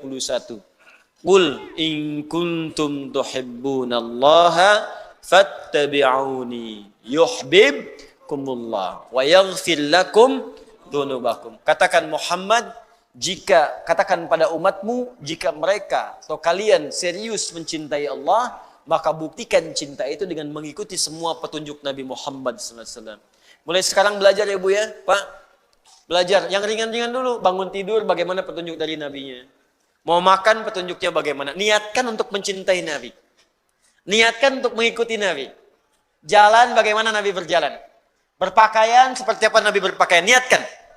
Kalau Anda lakukan itu, yuhibbukumullah, maka bonusnya Allah langsung mencintai kita. Kalau Allah sudah cinta, wa yaghfir lakum dzunubakum, maka dosa-dosa kita akan diampuni oleh Allah Subhanahu wa taala. Nah, tidak cukup dengan amin, kita usaha dulu. Ciri orang yang diampuni dosa, maka akan dijaga semua perbuatan tubuhnya, terhindar dari maksiat. Maka kalau Anda sudah bisa mengikuti Nabi, kata Allah, mata akan dijaga dari maksiat, tangan dijaga dari maksiat, kaki dijaga dari maksiat. Maksiat itu buruk, lawan buruk itu baik. Maksiat itu sumber kegelisahan. Makanya orang yang maksiat itu gelisah. Gelisah lawannya tenang. Karena itu ketika maksiat sudah tidak ada dalam diri kita, orang ini hidupnya akan tenang dan pasti selalu akan ada dalam kebaikan. Itu puncaknya. Nah, Ustadz, saya bukan Nabi, saya bukan Rasul. Bagaimana saya manusia biasa bisa meniru kehidupan Nabi? Maka belajarlah pada 3 golongan. Ada siddiqin, ada syuhada, ada solihin. Siapa siddiqin? Siapa syuhada? Siapa solihin? Apakah nama orang? Ataukah nama tertentu? Kita akan bahas insyaAllah di pertemuan berikutnya untuk bisa mengkaji sehingga pulang dari pengajian ini kita bisa memutuskan apakah Anda menjadi siddiqin. Jadi bikin peta hidup Pak, Bu. Dah, saya mau berubah nih, saya mau hijrah. Mulai malam ini saya akan jadi siddiqin. Mama, besok Papa jadi siddiqin insyaAllah. Maksudnya Pak ganti nama? Bukan. Ini, begini. Bikin kurikulum. Sekeluarga. Ada yang, saya nggak sanggup siddiqin. Saya maunya syuhada aja. Maka apa amalan-amalan menjadikan Anda syuhada? Saya nggak sanggup syuhada, saya mau solihin aja. Ya, maka Anda masuk golongan solihin. Tapi seperti apa makna itu semua? Kita akan dapati insya Allah di pertemuan berikutnya. Dan mudah-mudahan tidak termasuk dalam golongan waladhdallin atau maghdub alaihim. Baik, itu yang kita bahas pada kesempatan malam hari ini. Sebelum kita tutup, saya izin menyampaikan beberapa informasi. Pertama, mohon doa. Insya Allah malam ini, sekitar 10 menit lagi, adik-adik kita semua, kader-kader kita akan berangkat ke Sudan. Ya, tadi siang sudah kami lepas, dan sekali lagi pada orang tua mereka, tolong bersabar, didoakan mereka sedang berjuang. Insya Allah mereka besok Jumat akan sampai di Sudan, dan mereka akan belajar. Saya buka kesempatannya sampai S3. Sampai mereka selesai dan pulang kembali. Mohon doa untuk mereka supaya mereka istiqamah. Karena sekali lagi itu harapan-harapan kita. Saya membangun baik Quantum Akhiran Institute, ada At-Taisir. Kita sekarang sedang siapkan proyek. Insya Allah dalam waktu dekat akuisisi terus berjalan. Saya ucapkan terima kasih bagi Anda yang sama-sama beramal soleh. Nanti kita wakafkan sama-sama apa yang sudah kita bangun nanti. Dalam waktu dekat insya Allah ada Islamic Center yang kita siapkan. Dan yang pertama dibangun adalah pesantren. Jadi nanti ada 2 pusat hafalan Quran dengan pesantren. Jadi kalau sudah ada, mudah-mudahan bisa diinfokan dengan lebih cepat ya. Mohon doanya dan kita semua beramal soleh insya Allah. Yang kedua, untuk peserta karantina, itu insya Allah akan berakhir di bulan November, tanggal 20. Ya, mereka tepat 30 hari untuk proses hafalan. Alhamdulillah ada yang tadi saya katakan hafal 15 hari, ada yang 18 hari, ada yang nenek Bu 64 tahun. Ya, ikut bergabung juga. Ada yang 43 tahun, ada yang 12 tahun, ada yang 15 tahun. Alhamdulillah nggak ada batasan. Nah, ketika mereka selesai, akan ada persiapan untuk karantina akbar di bulan Desember. Nanti kami infokan tanggalnya dalam waktu dekat. Kalau sudah tahu, Anda bulati tanggalnya. Karena di situ saya akan mengajarkan bagaimana menghafal Quran di tempat-tempat Anda tinggal. Jadi tidak harus ikut misalnya karantina khusus. Saya sedang menyiapkan sekarang dan insya Allah dalam waktu dekat selesai dan tahap cetak. Di situ akan ada bimbingan, mulai waktunya menghafalnya kapan, teknisnya bagaimana, mulai dari surat apa. Insya Allah dilengkapi sampai di situ, sampai tahap-tahap ke pengulangan-pengulangannya. Insya Allah berlangsung di bulan Desember. Nah itu yang kedua. Yang ketiga, yang terakhir, ini nasihat saya untuk semua. Mulai hari ini, coba perbaiki hidup kita. Hal-hal yang nggak penting, tinggalkan. Saya ulang, hal-hal nggak penting, tinggalkan. Jangan terlibat pada hal-hal yang nggak penting. Apalagi sesuatu yang sudah jelas hukumnya, nggak usah ikut terlibat di dalamnya. Ya, sekarang banyak orang dirisaukan dengan hal-hal yang sudah nggak penting. Banyak didiskusikan, banyak diperdebatkan, sehingga mengganggu kesempatan itu untuk beramal soleh. Kalau bukan bagian urusan kita, udah tinggalkan saja. Orang sibuk membahas masalah cadar, sibuk membahas masalah celana cingkrang. Sudah, Anda ikuti aja apa yang Anda kemudian bisa dapatkan dari bimbingan amal soleh. Hal-hal yang nggak penting jauhi oleh kita. Ya. Kemudian yang tidak bermanfaat tayangan mulai jauhkan. Karena satu saat kita akan wafat. Dan saya cuma mau sampaikan begini, perlombaannya semakin kuat Bu Pak. Sekarang anak kecil sudah pada hafal Quran. Anak kecil sholatnya sudah bagus. Bayangkan 5 tahun hafal 30 juz. Sholat sudah bagus. Anda 50 tahun baca Quran aja masih belum mampu. Anda butuh berapa tahun lagi? Terus Anda melibatkan diri pada sesuatu yang nggak penting. Tayangan nggak penting. Tontonan nggak penting. Lalu kapan kita jadi baik di hadapan Allah? Kalau sampai usia sekarang kita masih belum baik, malu kalau pulang kepada Allah. Malu. Ya kita berubah jadi lebih baik. Kita saling tolong-menolong dalam kebaikan Allah Subhanahu Wa Taala. Dan semoga dengan itu wafat dalam keadaan husnul khatimah insyaallah. Ya. اللهم تقبل منا إنك أنت السميع العليم وتب علينا إنك أنت التواب الرحيم اللهم ربنا تقبل منا يا الله كل أعمالنا الصالحة وفقنا فيما تعلمنا به اللهم علمنا ما ينفعنا علمنا ما جهلنا وفقنا لنعمل ما تعلمنا به اللهم ربنا يا الله اجعلنا من أهل القرآن واجعل القرآن صحيبا لنا في الدنيا وشفيعا لنا في الآخرة يا رب العالمين ربنا آتنا في الدنيا حسنة وفي الآخرة حسنة وقنا عذاب النار بفضلك سبحان ربك رب العزة عما يصفون وسلام على المرسلين سبحانك اللهم وبحمدك نشهد أن لا إله إلا أنت استغفرك ونتوب إليك وآخر دعوانا أن الحمد لله رب العالمين السلام عليكم ورحمة الله وبركاته